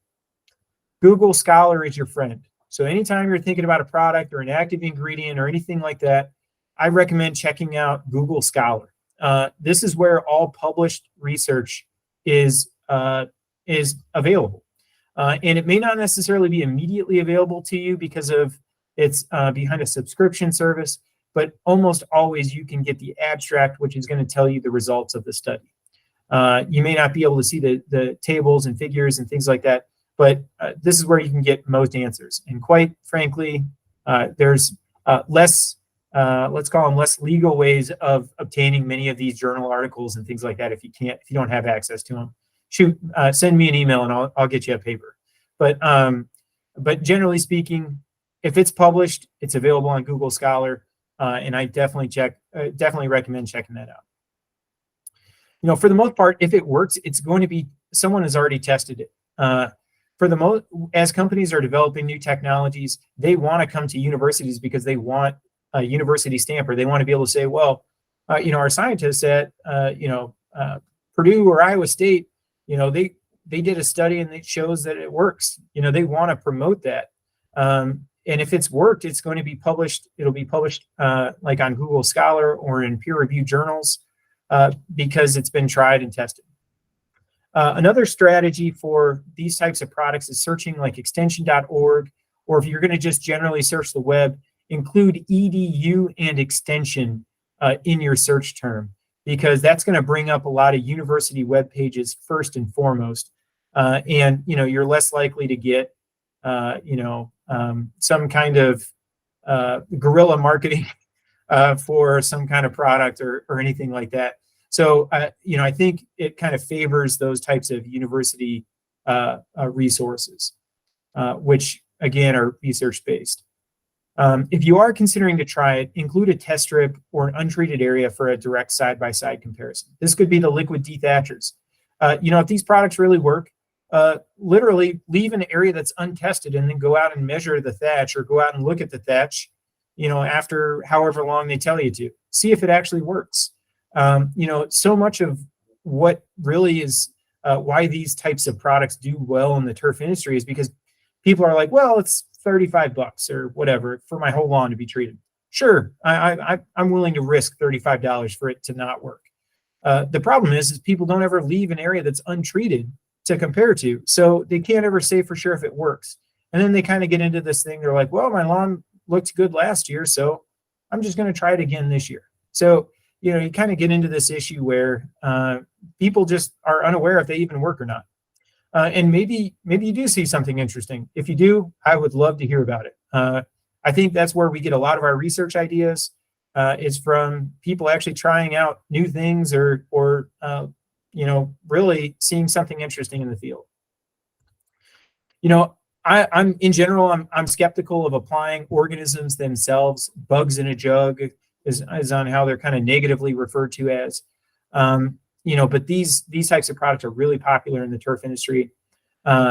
Generally speaking, they're very low relative quantity compared to those that are already in the environment. You're recommended to apply this gallon container full of these tens of hundreds or even thousands of organisms to the environment, but you're talking literally millions or billions of organisms across an entire lawn. And so the organisms you're applying, they need to be able to compete for space and resources with the ones that are already adapted there, the ones that are already thriving and doing well. And if they do work, most of the time it's under very specific circumstances. I know, like in certain circumstances, some of these types of products can be effective in like a new stand on a golf course putting green that has really low organic matter, has seedlings that are not necessarily, there's very low soil microbiology, biological activity in that particular area. Certain circumstances, I could actually see some of these products working well, and I think that there's actually data to show that they do. But if they are going to work, it's going to work in very specific circumstances. I think this can't be overstated. I mentioned this earlier, soil and tissue testing. If you're seeing an issue, good or bad, quite frankly, collect samples from the affected and unaffected areas and compare them. A $19 soil test from the University of Minnesota testing lab is almost always less than the cost of applying something. And truthfully, it's going to tell you more than whether or not something worked or it didn't work. It's going to say, well, it might show you something else that you need to be aware of, or that you need to be thinking about as you're working on your lawn. And finally, I already touched on this earlier, but liquid versus dry nutrients.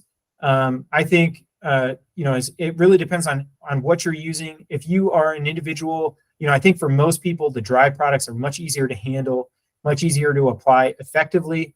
But the liquid products can be more targeted, especially if you have a specific need for a specific micronutrient. A lot of times, the liquid formulations are the easiest to obtain, and in certain circumstances, easier to apply than trying to apply 25 pounds of something that's like a copper sulfate, for example. So in some cases, they are a little bit easier for addressing certain needs, but they're certainly, without a doubt, more expensive per pound of nutrient applied. The dry are going to be higher in concentration. They're going to be cheaper, and they're certainly better for correcting soil deficiencies. So if you do see that, I'm low in phosphorus, low in potassium or magnesium, the dry formulations are always the best way of addressing that deficiency.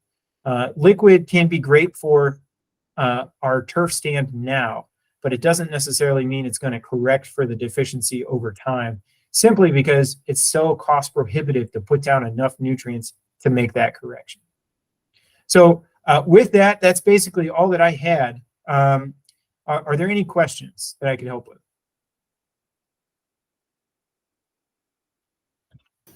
I'm willing to bet there's tons of questions, and I have some. But real quick, out of respect for everyone here's time, I was wondering if we could. So I want to go around real quick and just have everyone rate the meeting, and say if we do this again, what you would like to see maybe differently. And then after that, if we could jump into just whoever wants to stick around and talk about stuff, I think that'd be good. So I'll start to set the vibe. I'd give it definitely a 9. Great information out of it. For next time, I think I'd love to see more people here. I didn't do a great job of hyping this, but I think a lot of people are going to watch this later, and I'll share it with you guys too, so you have the resource. And I was worried we'd run out of topics, but I'd rather have less topics and dive deeper into those next time. I think would be an improvement. How about you, John? You're next on my screen. Yeah, I think it's a great meeting. I'd love to see certainly more participation. I'm up for doing this whenever the schedule permits. So I'd love to come back. I appreciate sincerely the opportunity for getting in front of so many of the group, the members of the group. So I'll abstain from rating it. Because I did a lot of the speaking, so it would be hugely biased of myself if I were to give my largely myself a rating. So yeah, 10. Just thanks for the opportunity. I'm gonna stick around and hang out and answer any questions I can. But thanks. How about you, Gary?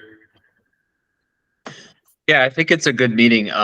Like me personally, I think it kind of gives a little bit more insight to what the lawn care companies maybe go through, and because I don't really know that side of things. I know kind of the way I would do things. I did things and what I'm teaching now at the U and to homeowners and whatnot. And I really think that it might lead to a really good opportunity to help lawn care companies too, learn a little bit more about, because you're a very, you get very close to the homeowners where us at the universities don't.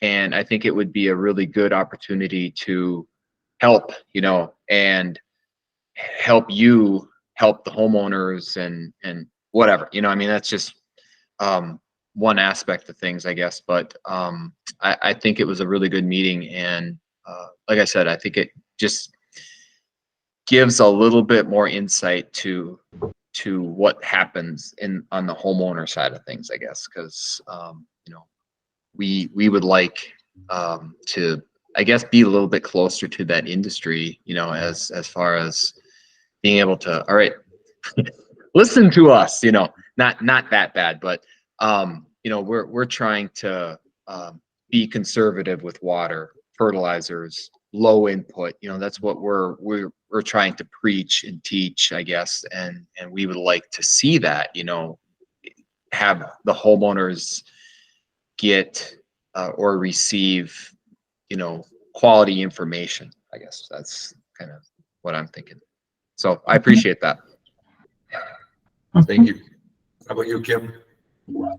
I really enjoy about this group that there is such a diversity of membership. There are professional lawn care folks out there. There are residents who really love to take care of their lawn. But I think the theme for that whole group is all about education. And everybody is sharing what they know. And I think, over the years, having worked with the different educators in Extension, folks never really used to be very aware, or you had some older folks who a yard was everything, but it was really a different take on it. And over the years, I think Sam Bauer did a great job of really bringing the residents in to learn more about good lawn care. And now to the point where we have so many people, and a lot of them on the lawn care nuts, who really want to know, but what's the best thing to do? And while some folks want the green lawn, buy that green NB lawn seed or the blue NB lawn seed, and they want the deep color, a lot of folks really do temper that with the watering and with the fertilizing. So the education, the knowledge is out there. And again, the group is so diverse. I think this is a great format for discussion. It's the first time, but I think when you share the video, people will know next time they can ask questions. There are going to be some educators here who can help them, and other pros, and people who just have really a lot of experience. So I give it a 10 because I love all those things about it. Thanks, Kim. How about you, Tiger Blood? It's probably kind of funny. I can't help but laugh when somebody says that. It's just been a long, ongoing joke. Anyway, that was great. It was a great opportunity, and that one of those things and I get asked this a lot just from instant messages and things that people send is, the soil test. I got this soil test back, and it shows me that I could sure use more manganese, or I could sure use more sulfur or whatever. And then they get this idea that thing is like a prescription from a doctor, and that they need to go and mix up this magic concoction to spray all over their lawn, and then hope that it's just going to turn a miracle. And one of those things I just try to remind people is it's a big picture. It's a roadmap to a long-term better lawn. It's not like in 6 weeks you're going to all of a sudden just see this miracle in your turf. So that's something I think if we do this again, I think like Corey was saying, I've seen an awful lot of people's soil tests. They've sent them to me, and I just kind of look at them and I say, go buy the JRK or the Menards or the Fleet Farm fertilizer and apply it and see what your grass does, and see if it turns green and grows, and if it starts working, then worry about whether or not you need to add manganese or some other weird thing that you have to go and buy off of some Chinese chemical website or something. So it's kind of an interesting conversation. Sometimes people want to become the mad scientist in their garage. Well,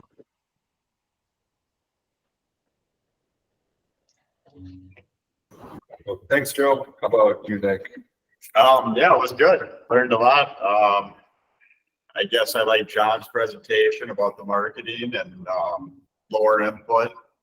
It's not only for the wallet, but the environment. I'd come again. Yeah, thanks, John, for your presentation.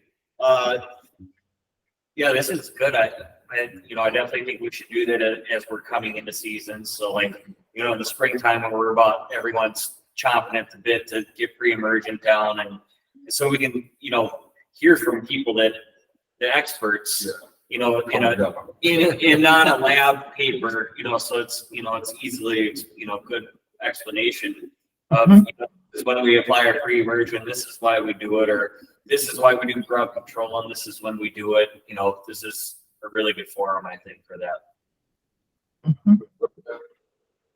I'd give it 9. Got a lot of information that I didn't know I needed to. So yeah, this happens again. I'm excited to be a part of it. Yeah. Cool. Awesome. Well, yeah, John, you appreciate, the presentation was awesome. I have tons of questions.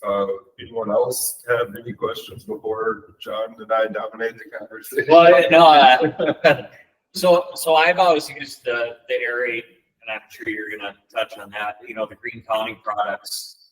And I'm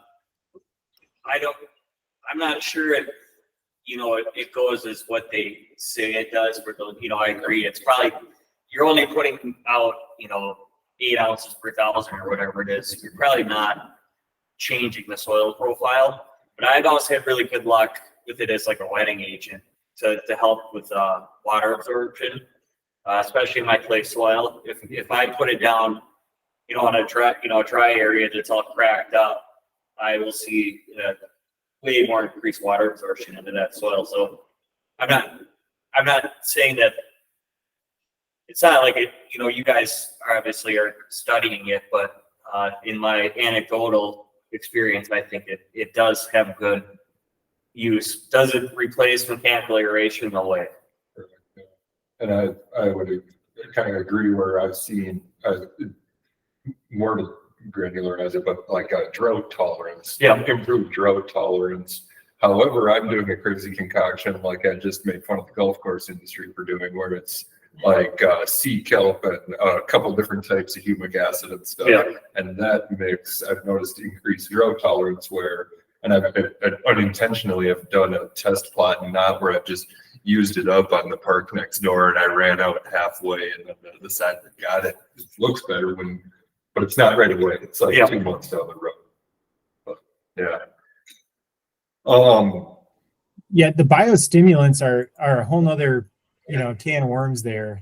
There's, I mean, you know, as far as like the kelp and the seaweed extract and, you know, and those types of things, there's a number of them that have, you know, where you guys are mentioning, I actually would agree that from like a stress management standpoint, there's some data out there to show that in stressful situations can be some benefits.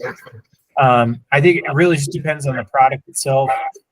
Like you're saying, I just always compare, like always leave an untreated check strip, because otherwise, you know, it's just, you have literally no idea whether or not it's working. It's so difficult in first situations. They don't have a yield.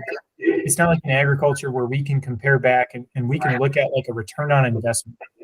You know, in turf, we don't have that. So you basically have to have some kind of untreated area to be able to show or to see. And maybe you're going to see it in clipping collection or something else like that, but it's very difficult to quantify the benefit of something. And that's part of the reason what makes turf so susceptible to a lot of products that may or may not work. Yeah, I know, like the Doc Super Juice or whatever, you know, there's all those like witchcrafty stuff type of things. And like they have you put marking dye in it, you know, so you can see where you sprayed. It's like, well, the marking dye turned it dark green. It wasn't the product. You know, maybe a little nitrogen. Well, and that you bring up a good point. A lot of times, you know, people are seeing a response. Like even if they like leave like an untreated area, there's like 1 or 3% nitrogen in the product. You know, it would be crazy if you didn't see a response. Yeah. So, you know, like I think that's another whole nother aspect about it. And part of one of the like the biostimulants and those types of products is they're registered as not as a nutrient. They're registered as like a crop protectant. So there's no guaranteed analysis. They're under no obligation to say, oh, we have this % of nutrient. So a lot of times what you're seeing, if you are seeing a benefit, you're just seeing a fertilizer response. That's another pitfall of these types of products. But that's like I said, a whole can of worms. Yeah. Can, Yeah, I I'm know. gonna I've told the anecdotal story online a dozen times. I'm sure. I flushed out my boat motor one year and I didn't realize I had a fuel leak and I killed probably a 10 by 10 foot section of my lawn. I mean, little bits of grass here and there survived the onslaught, but not a lot. And I doused it with that Aerate and RGS combination.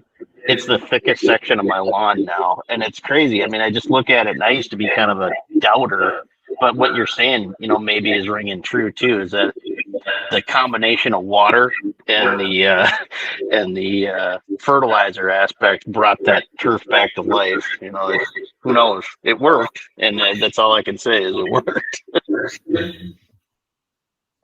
Yeah. So I was going to ask John, going like backwards through your presentation, what is tissue testing? And like, I've never heard of it or even done it. Well, I've heard of it for like a diseased leaf on a bush or a tree or something. Do people do it for logs? Is this something we should know more about? If you are like really noticing some kind of deficiency or some kind of irregular growth, and you've kind of exhausted other options, tissue testing is going to tell you what is in. It's a tissue nutrient analysis. Really common in agricultural settings, really common in golf course situations where they're trying to diagnose a turf pest. But many soil testing labs also have a wet lab where they're analyzing the tissue for nutrient analysis. Most of the time, if someone says tissue testing, they're referring to tissue nutrient testing. And that's what they're referring to.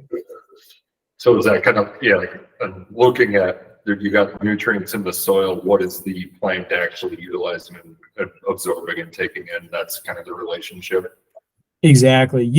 A soil test is great because it's affordable and you're looking at a really wide area, because you're collecting a lot of subsamples and you're making a composite. Tissue testing is great because you're looking at what the plant has recently taken up or has been able to take up. And it can be really effective, especially for micronutrients for diagnosing turf problems. Like if you have a turf that just has not responded to a fertilizer application or a pesticide application, you may, a tissue test would be the next step for trying to diagnose the problem. Gotcha. Going backwards through your presentation, dethatching, and that was, I forgot the term you used for it, vertical cutting or whatever. Yep. The older school of thought on it is it's very tough on turf.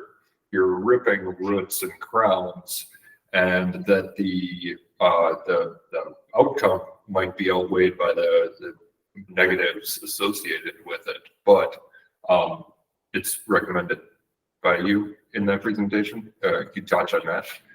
Yeah, from like a thatch management or organic matter reduction, it's by far the best immediate and like easily accessible from an equipment standpoint. I mean, you can go rent verticutters or vertical mowers from many of the same places you would rent an aerifier. So if you do have an excessive thatch, that's a great tool. And you're absolutely right. I mean, it's aggressive, and homeowners freak out many times from, as they're doing it, where they're like, well, this is killing my lawn, but and it is a stress. You definitely want to make sure you're not doing it in a stressful time period, but by far the best technique for reducing damage. Well, and I know from the homeowner side, like the Sun Joes came out, and I mean, you can buy one for $100 and you can, and now people are almost like addicted to it's like one of those high result, activities. Whereas like I can run this thing over and fill my whole truck bed up with litter, but it's all, now people are doing it too much. You need thatch. Like thatch is good to, until it's no problem. And homeowners are almost stripping. I mean, they're doing it, 3 times a year and stripping all these nutrients and taking all the nutrient level out of the soil. And I think they're, unless you have a bluegrass lawn that you're overwatering, most homeowners aren't going to have a a really bad thatch problem.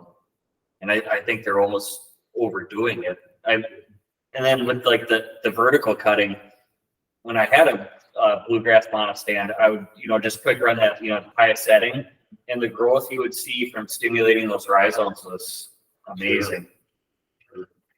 Yeah. Yeah, a couple really good points there. One being that some thatch is actually a good thing. I completely agree with you. I mean, it's a testament to how good grasses in general are at forming organic matter or building soils. In Minnesota, the western half, southern third of Minnesota that has quote unquote some of the best soil in the world. That's because of the tall grass and short grass prairies that we have. Grasses are really good at pumping carbon into the soil as organic matter. And turf grasses are just as good as anything. So that, that's one thing that I probably should have addressed with the presentation is that some thatch is good. Don't necessarily worry about it if you have half an inch or a quarter of an inch of thatch. It's a good thing. And as far as, like you're saying, those some homeowners that are really aggressive with vertical mowing or vertical cutting, they're removing nutrients, just like you're saying. It's kind of a negative feedback loop where you can overmanage the lawn and then you end up having to add more nutrients, more fertilizer, because it is stressed, but also you're removing nutrients that would have otherwise been broken down and returned back to the lawn. So definitely great points. I love that term overmanage, where you're doing, to fix it, you got to do more and more and more. But in reality, the turf in a healthy state is pretty darn self-sustaining. How about no thatch? This was the first question we had this year where the client was upset because they didn't have any thatch. We don't dethatch or anything. They thought that turf wasn't being managed well enough. Is that such a thing is there such a thing as no thatch, or are they just seeing the thatch layer and assuming it's bare dirt between the grass? Yeah, most of the time, like I said, unless you have Kentucky bluegrass or a really, really thick, tall fescue lawn, and you are fertilizing it at a high rate, I guess some fine fescues can actually get a little bit of a thatch mat layer, but most people, unless they're really pumping nitrogen, are not seeing a whole lot of thatch develop. Most lawns, most of the organisms in that, it's a closed system where they're just staying on top of the residues that are slowly being senesced and dying and falling on the soil surface. The organisms are perfectly capable of managing that. You don't get that thatch buildup, that mat. But if you are fertilizing a bunch, if you are irrigating throughout the summer, and you have an actively growing turf for whatever it is, 7 months of the year, you're gonna be more likely to produce a thatch mat layer than anybody else. But my lawn is a fine fescue lawn. I have zero thatch. I'm not at all worried about not having thatch. I keep it fairly lean, from a fertility standpoint, mostly because I don't want to mow. So, so not having thatch is definitely not a problem. It's just, it's also something inherent with having a fine fescue lawn that's only fertilized once or twice a year. Mm-hmm. Good stuff. My final question is, have you heard of the product C20? I've had peers who will sell their mechanical aerators and only apply C20, which stands for like 20% carbon. It's supposed to be an aerification replacement. And then you've talked about adding carbon and that possibly aerifying, but can you talk on C20? Yeah, I personally have not tested it in any kind of research setting. I did respond to a couple of extension questions. I've been asked about it a couple of different times from homeowners or master gardeners. The idea being is that you're adding, I understand what they're going for. It's like they're using like a mixture of basically simple and complex carbon form. As a little bit of context, my PhD research was in carbon and nitrogen cycling, where I was literally looking at different residues of grasses, trying to figure out what is controlling how much carbon is getting into the soil and how that's affecting nitrogen turnover. And so I'm really familiar with the background, the science behind it, and everything like that. I get the idea behind it. It makes a lot of sense. The problem is like I said, grasses are really good at doing this already.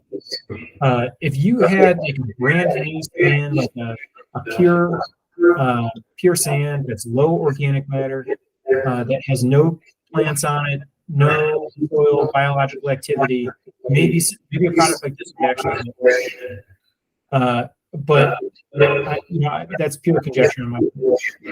I don't know if it works or not.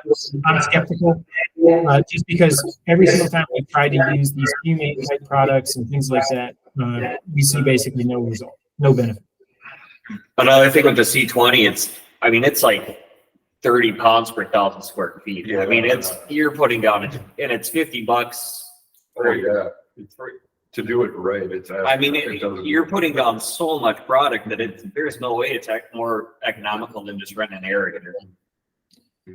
Yeah, I remember this now. I'm looking at their website. I remember, the fact that they, have so many different claims, is, immediately draws kind of red flags right away, from different modes of action.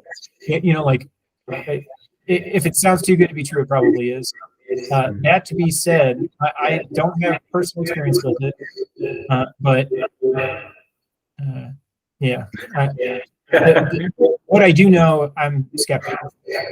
But that's what I put on the Humicat, the Green County stuff, and like you were saying that sometimes homeowners say, well, it's $30, it doesn't work, and as a homeowner, it's like, when I was first getting into this, it's like you couldn't wait to put your next fertilizer application down to see that instant impact, that green pop. It's like, well, I can go put, every week I can go out and spray something, and that's fun, Yeah. And I think as a homeowner, that's, it may not be economical, it may not even work, Yeah. but it's not hurting anything. So, if I get a little bit of benefit, even if it's marginal, I'm going to put that down. But like that C20, you're spent, for an average homeowner line, it's almost $1,000 to do it the right way. Yeah. That's insane. Yeah. I like what you said. You get to pretend to be farmer. Yeah, you're playing the farmer. Yeah, it's your crop. You're playing farmer. Yeah, people do the same thing with all of their passions, all of their hobbies. They're buying the latest fishing rod or the latest and greatest fishing lure, a bass boat, whatever. They think the latest and greatest is always going to help, even if it's just a little bit. They would love to see a response.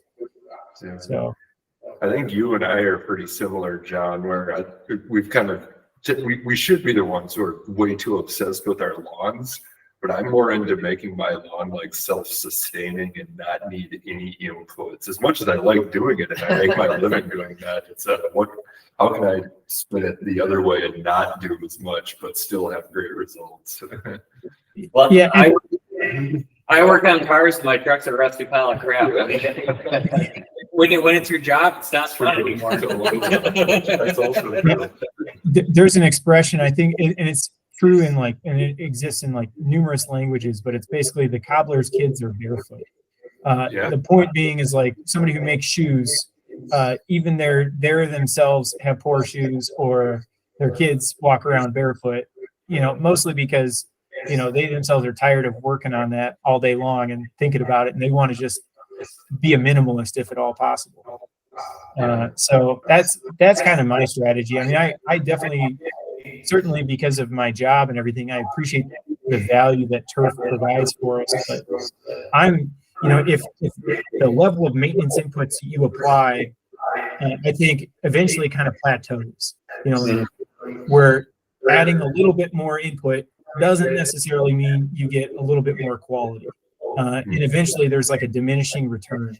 And I'm kind of okay, where's that point that I can apply? What's the minimum amount that I can do to basically get an acceptable level of turf or desirable for me.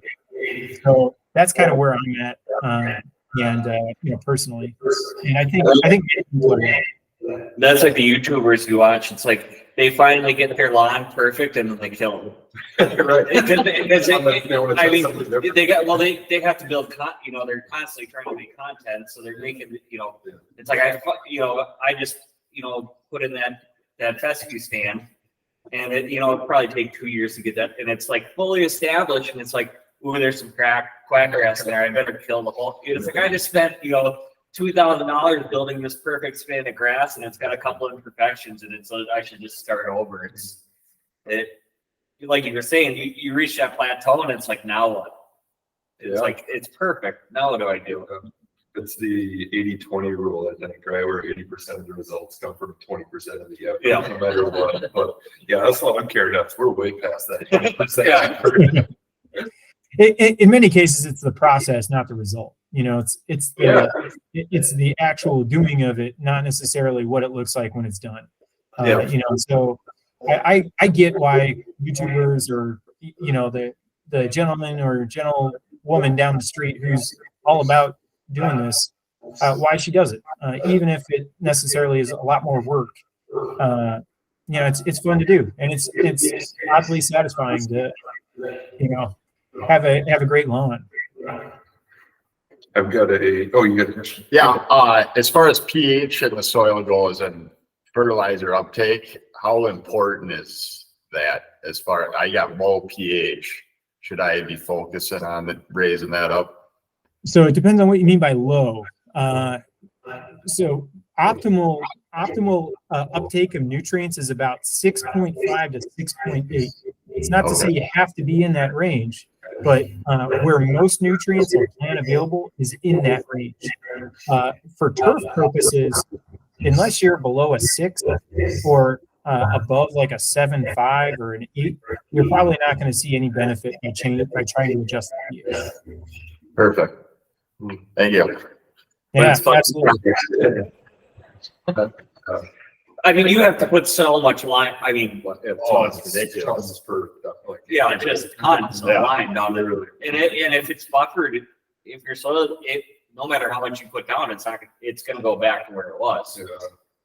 Well, you can adjust it over time, even as long as it's, if your pH is like a 5.5, for example, and it's fairly highly buffered, which is kind of a unique circumstance. But if you have we could talk about this in a future, if you want to do a future Q&A where we basically just look at soil tests.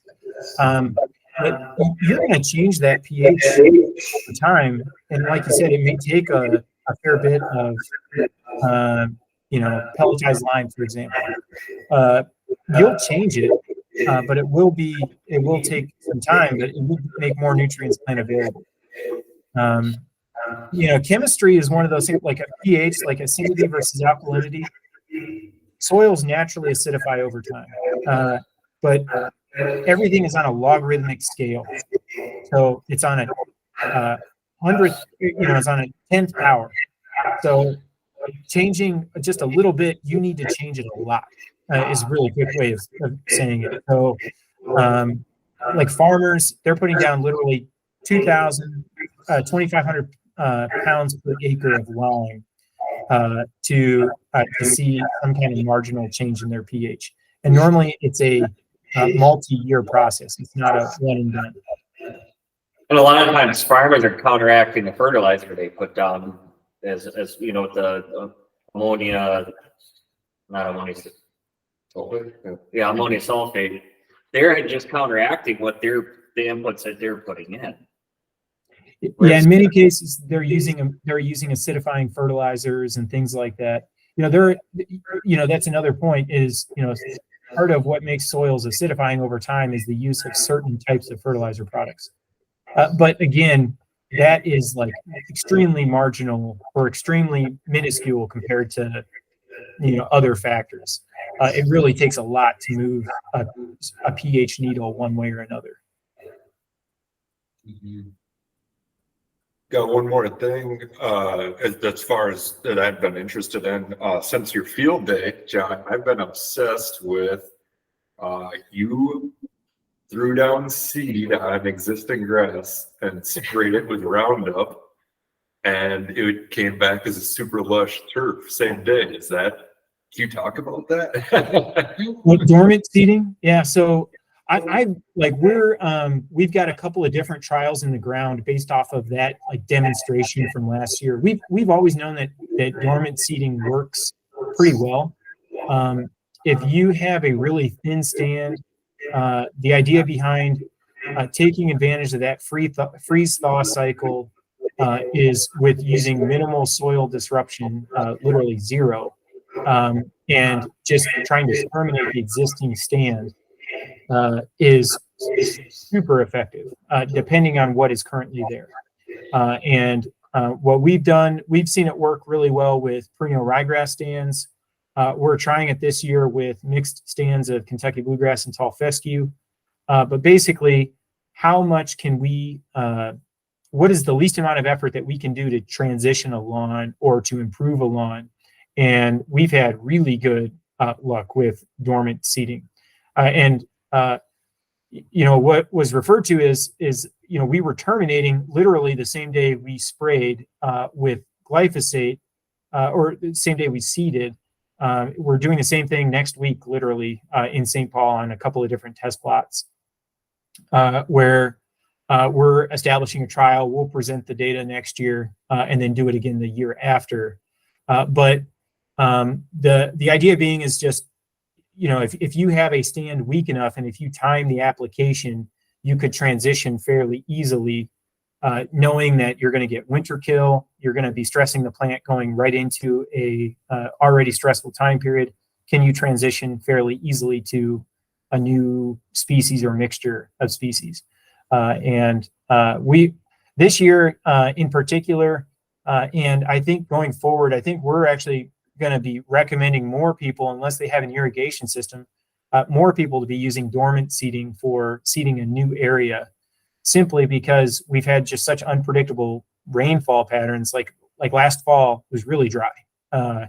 And so if you were trying to do a fall seeding, and I'm one of them, I was trying to reseed an area that the utility company tore up in my boulevard. You know, I basically had really poor establishment. And so I'm just planning on dormant seeding it this year because it's just much easier to do from for whether you're a DIY or somebody who really knows what they're doing. So how do you, with the dormant seeding, how do you work in a pre-emergent with that? Do you skip the pre-emergent and just go to post-emergent? Pretty much. So it really limits your options, and you got to understand that you're probably going to get some breakthrough of crabgrass and things like that. You're not going to get a perfect stand established that is completely resistant of crabgrass, because all of the same conditions that are promoting your fine fescue, or whatever it is that you're overseeding and dormant seeding with, those are going to benefit the crabgrass and the foxtails and whatever else. So just understand that you're probably going to need a post-emergent application after the seedlings get above a certain size for whatever active ingredient you're using. But there's really very, you know, Siduron used to be a product that you could use for seedlings that would have some kind of pre-emergent activity that would be safe on new seedlings. Tenacity or mesotrione can have some activity, but it's still going to be phytotoxic to you know, your turf seedlings. So just to understand, you're going to have to do some post-emergent control. I think because most homeowners, any grass they see that isn't turf grass is crabgrass. So I think a lot of homeowners, I think we have almost overstated the importance of pre-emergent. I mean, there's certain breakthrough areas that you're always going to have, you know, on the boulevards and next to the driveway, but I think we way over apply pre-emergent. Full right in the middle of the Yeah. shaded lawn, right? Yeah. And you know, it's one of those religious things. You know, the overseeding is a religious thing. Pre-emergent is a religious thing. It's like on a new lawn where there's sparse growth is an important yes. But if you have an established lawn, I mean, if you haven't had crabgrass in 10 years, you really need to. Do you need to? You know, there's there's unintended consequences to every chemical you put down. There's something bad that's happening with that. So I mean, with the professionals, I mean, that's your money. I mean, you gotta get your that's how you guys make your money. But a lot of times it's like these turf stands do not need pre-emergence. You can be a lot more strategic about it, like you're saying, where the middle needs a whole lot less of the edges. Yeah. That's saving money for companies like us. Yeah. You know, The problem with like my house is that from 71, my front yard never been taken care of. No irrigation. It's hard to tell what's a weed and what's turf grass. You know what I mean? then you got some And it's not like you can just walk through and spot spray. I would like to, Yeah. but as far as distinguishing the difference between a wanted grass versus a crabgrass or a nutsedge, I feel like nutsedge should have been one of the most popular weeds, but I didn't hear you say that. Yeah, that's a tough because I mean, there's a lot of herbicides that kill it, but there are a lot that will ding it, knock it down, but it doesn't kill the nutlet and it shoots it right back up again. Right. And I think are we going into sulfur? Yeah, so these are the what we saw for, so yellow nutsedge was like number 14 on the list in terms of frequency. Gotcha. So this is what we observed in the Twin Cities area. I'm sure I'm sure knotweed is creeping up that list because the past couple of years knotweed has been brutal. Oh yeah. Knotweed and the wood sorrel that just thrive in the drought. I was gonna say. Yeah, with irrigation. That's a lot different weed than non-irrigated lawns. Because the knotweed just loves the drought. Yep. And I was going to try this year to put down a pre-emergent right before the ground froze to try to see if I could slow down the knotweed. Because I mean, it germinates so early. And and I was going to try to do that, but I might have missed my window.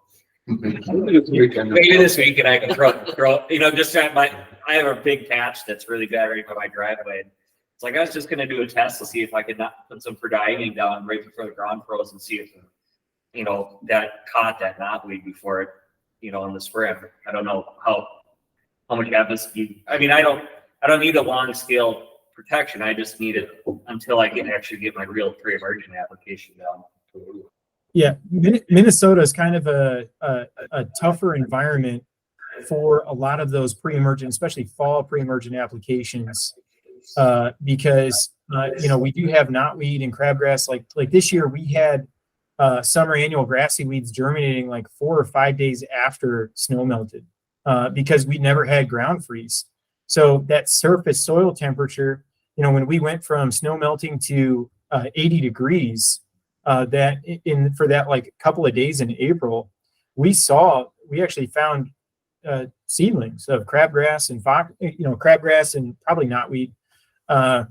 That's something that would have broken through a pre-emergent application that nobody would have been able to apply in those 4 or 5 days to all of their customers, for example. So it's definitely problematic, and that fall application can help, but you're still going to need to follow up with a second spring application of pre-emergent because eventually, that pre-emergent is going to break down and you're going to get breakthrough in June, for example. That's just one of the issues with those or with that type of strategy, especially in Minnesota. Mm-hmm. I'm gonna bring it back one last time to that seeding. The life is saying synchronated seeding, was that out of time? Because usually those two are considered oil and water. You don't want to be doing glyphosate and seeding anywhere near each other. Did you guys have like research based that you knew it would work, or experience, or was it just a lack of timing and let's see what happens? A little bit of both. So I've done that several times where I've seeded immediately before spraying. And you're literally spraying over the top of the seedlings themselves. It's perfect. And I've done that in lawns. I've done it in like deer food plots and things like that. It's a really, the glyphosate itself is only going to be taken up by green living tissue. So seeds themselves are not going to imbibe any of the glyphosate. So it's not going to, even if it comes in contact with them, not going to affect them at all. I mean, you could even seed a day or two after or a day or two before. It's not going to really matter. But, from that standpoint, it was really just a timing and convenience for spraying and seeding on the same day. I know You do like want- Roundup like the day after. Oh, really? But I mean, like you said, glyphosate only affects it. Glyphosate it has such a bad rap because it kills everything. But I mean, it's probably one of the safer, maybe not to eat, but one of the safer chemicals agriculturally. Sure. Oh, that's interesting. I didn't know that. It's super cool. In general, you want the surface to be dry if you're going to be putting it down after. So just because you don't want to be walking over it and tracking it into other areas and things like that. So if you are going to attempt to do that, make sure when you are seeding, it's dry. Yeah, because they won't kill the plant grass, but if you have it on your shoes, it'll kill the whole foot grass. You'll have a foot trail across your yard. I did have a question about that. Would you recommend mowing before you do that or not? Just because of what you said at the presentation, that you use that dead grass as a blanket. Would you prefer that dead grass to be tall, or it doesn't really matter? Good question. So we don't have good data to say, 2 inches is better than 3 inches, for example. But I would imagine it's going to be that there's some benefit. There's probably like a bell-shaped curve where, a optimal mowing height, but that bell-shaped curve is really wide where most standard mowing heights are going to work just fine. If you're at that 5 or 6 inches, maybe that's going to take longer to see that germination and emergence in the springtime. You'd also maybe potentially get more snow mold over the winter if you're at that high of a mowing height. But conversely, if you're too short, you just have less of that mulch layer that's going to benefit that. So I definitely wouldn't mow it too short. I wouldn't mow it too long if you're attempting to dormant seed. But really, there's not. I don't really have a whole lot of data to back that up. It's really just kind of anecdotal from my experiences. I got a question about the snow mold. I know last year was kind of an outlier year for snow mold, just from the ground not freezing. But it seems like there's been one test that said potassium late in the season is bad or increases snow mold. But that test was in bent grass. Does that really transfer to my fescue lawn? Yeah, there's that's something that's another thing that's a lot of mixed data on the importance of potassium for late season fertilization. I think that on the incidence of increased snow mold, it might just be creeping bent grass. I mean, snow mold is affecting most turfgrass species. It's just some are much more susceptible to it than others. Creeping bentgrass is one that's, very, very susceptible. Perennial ryegrass is another that is extremely susceptible to snow mold. And that's a lot of what we saw with that success of that dormant seeding was because of the snow mold, where we actually saw increased snow mold activity after that glyphosate application, or maybe even because of. Yeah, I'm not sure if potassium is necessarily. I've seen data to show that there's no significant benefit to the turf or to snow mold incidence by having that late season potassium. And then I've seen data to show that there is. It's a complete wash, I think, at this point. I know my turf stand is deficient in potassium, so it's hard to, you're trying to build it up slowly over time. It's but do I want to put, a lot of the winterizers have a lot of potassium, for a 2:1 ratio of potassium. It's but then you see these studies that are potassium leads to snow mold. And it, there's so many studies, it's kind of confusing to know what to do. Yeah, I wouldn't, I would focus on a nutrient deficiency before I would worry about if you do have a deficient potassium deficient turf. That turf is going to be more prone to winter stress. It's going to be more prone to drought stress. Potassium is really important for moisture regulation. So that affects winter injury and summer injury for drought, heat, or cool temps. So I would make sure I would just correct that, and then and maybe just apply it at a time when any time of the year is better. If you're really worried about that, apply it in springtime. But correcting for that deficiency can happen anytime. One question I had about glyphosate, going back to it doesn't kill anything that's not green. I read somewhere that what's it called? Clumping fescue is an issue. You can go ahead and spray that in the springtime before your grass creeps up. Do you know anything about that? If what fescue? If you spray glyphosate on clumping fescue, clumping tall fescue before your grass starts greening up, it's not going to affect the actual grass? It can still take it up. So even though with cool season grasses, they're still respiring, even if they look like they're dormant. So I would be really nervous about doing that. Actually, one of the recommended ways of transitioning from a tall fescue pasture to like native warm season grasses is literally spraying them with glyphosate when they're dormant, or going into or coming out of dormancy is a great way of killing tall fescue.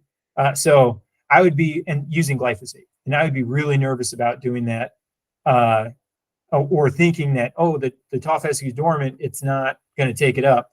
I think you would still get some uptake, and I'd be nervous about it if you wanted to protect the tall fescue. Like the warm season grasses are truly dormant, whereas since ours doesn't quite go all the way. Exactly.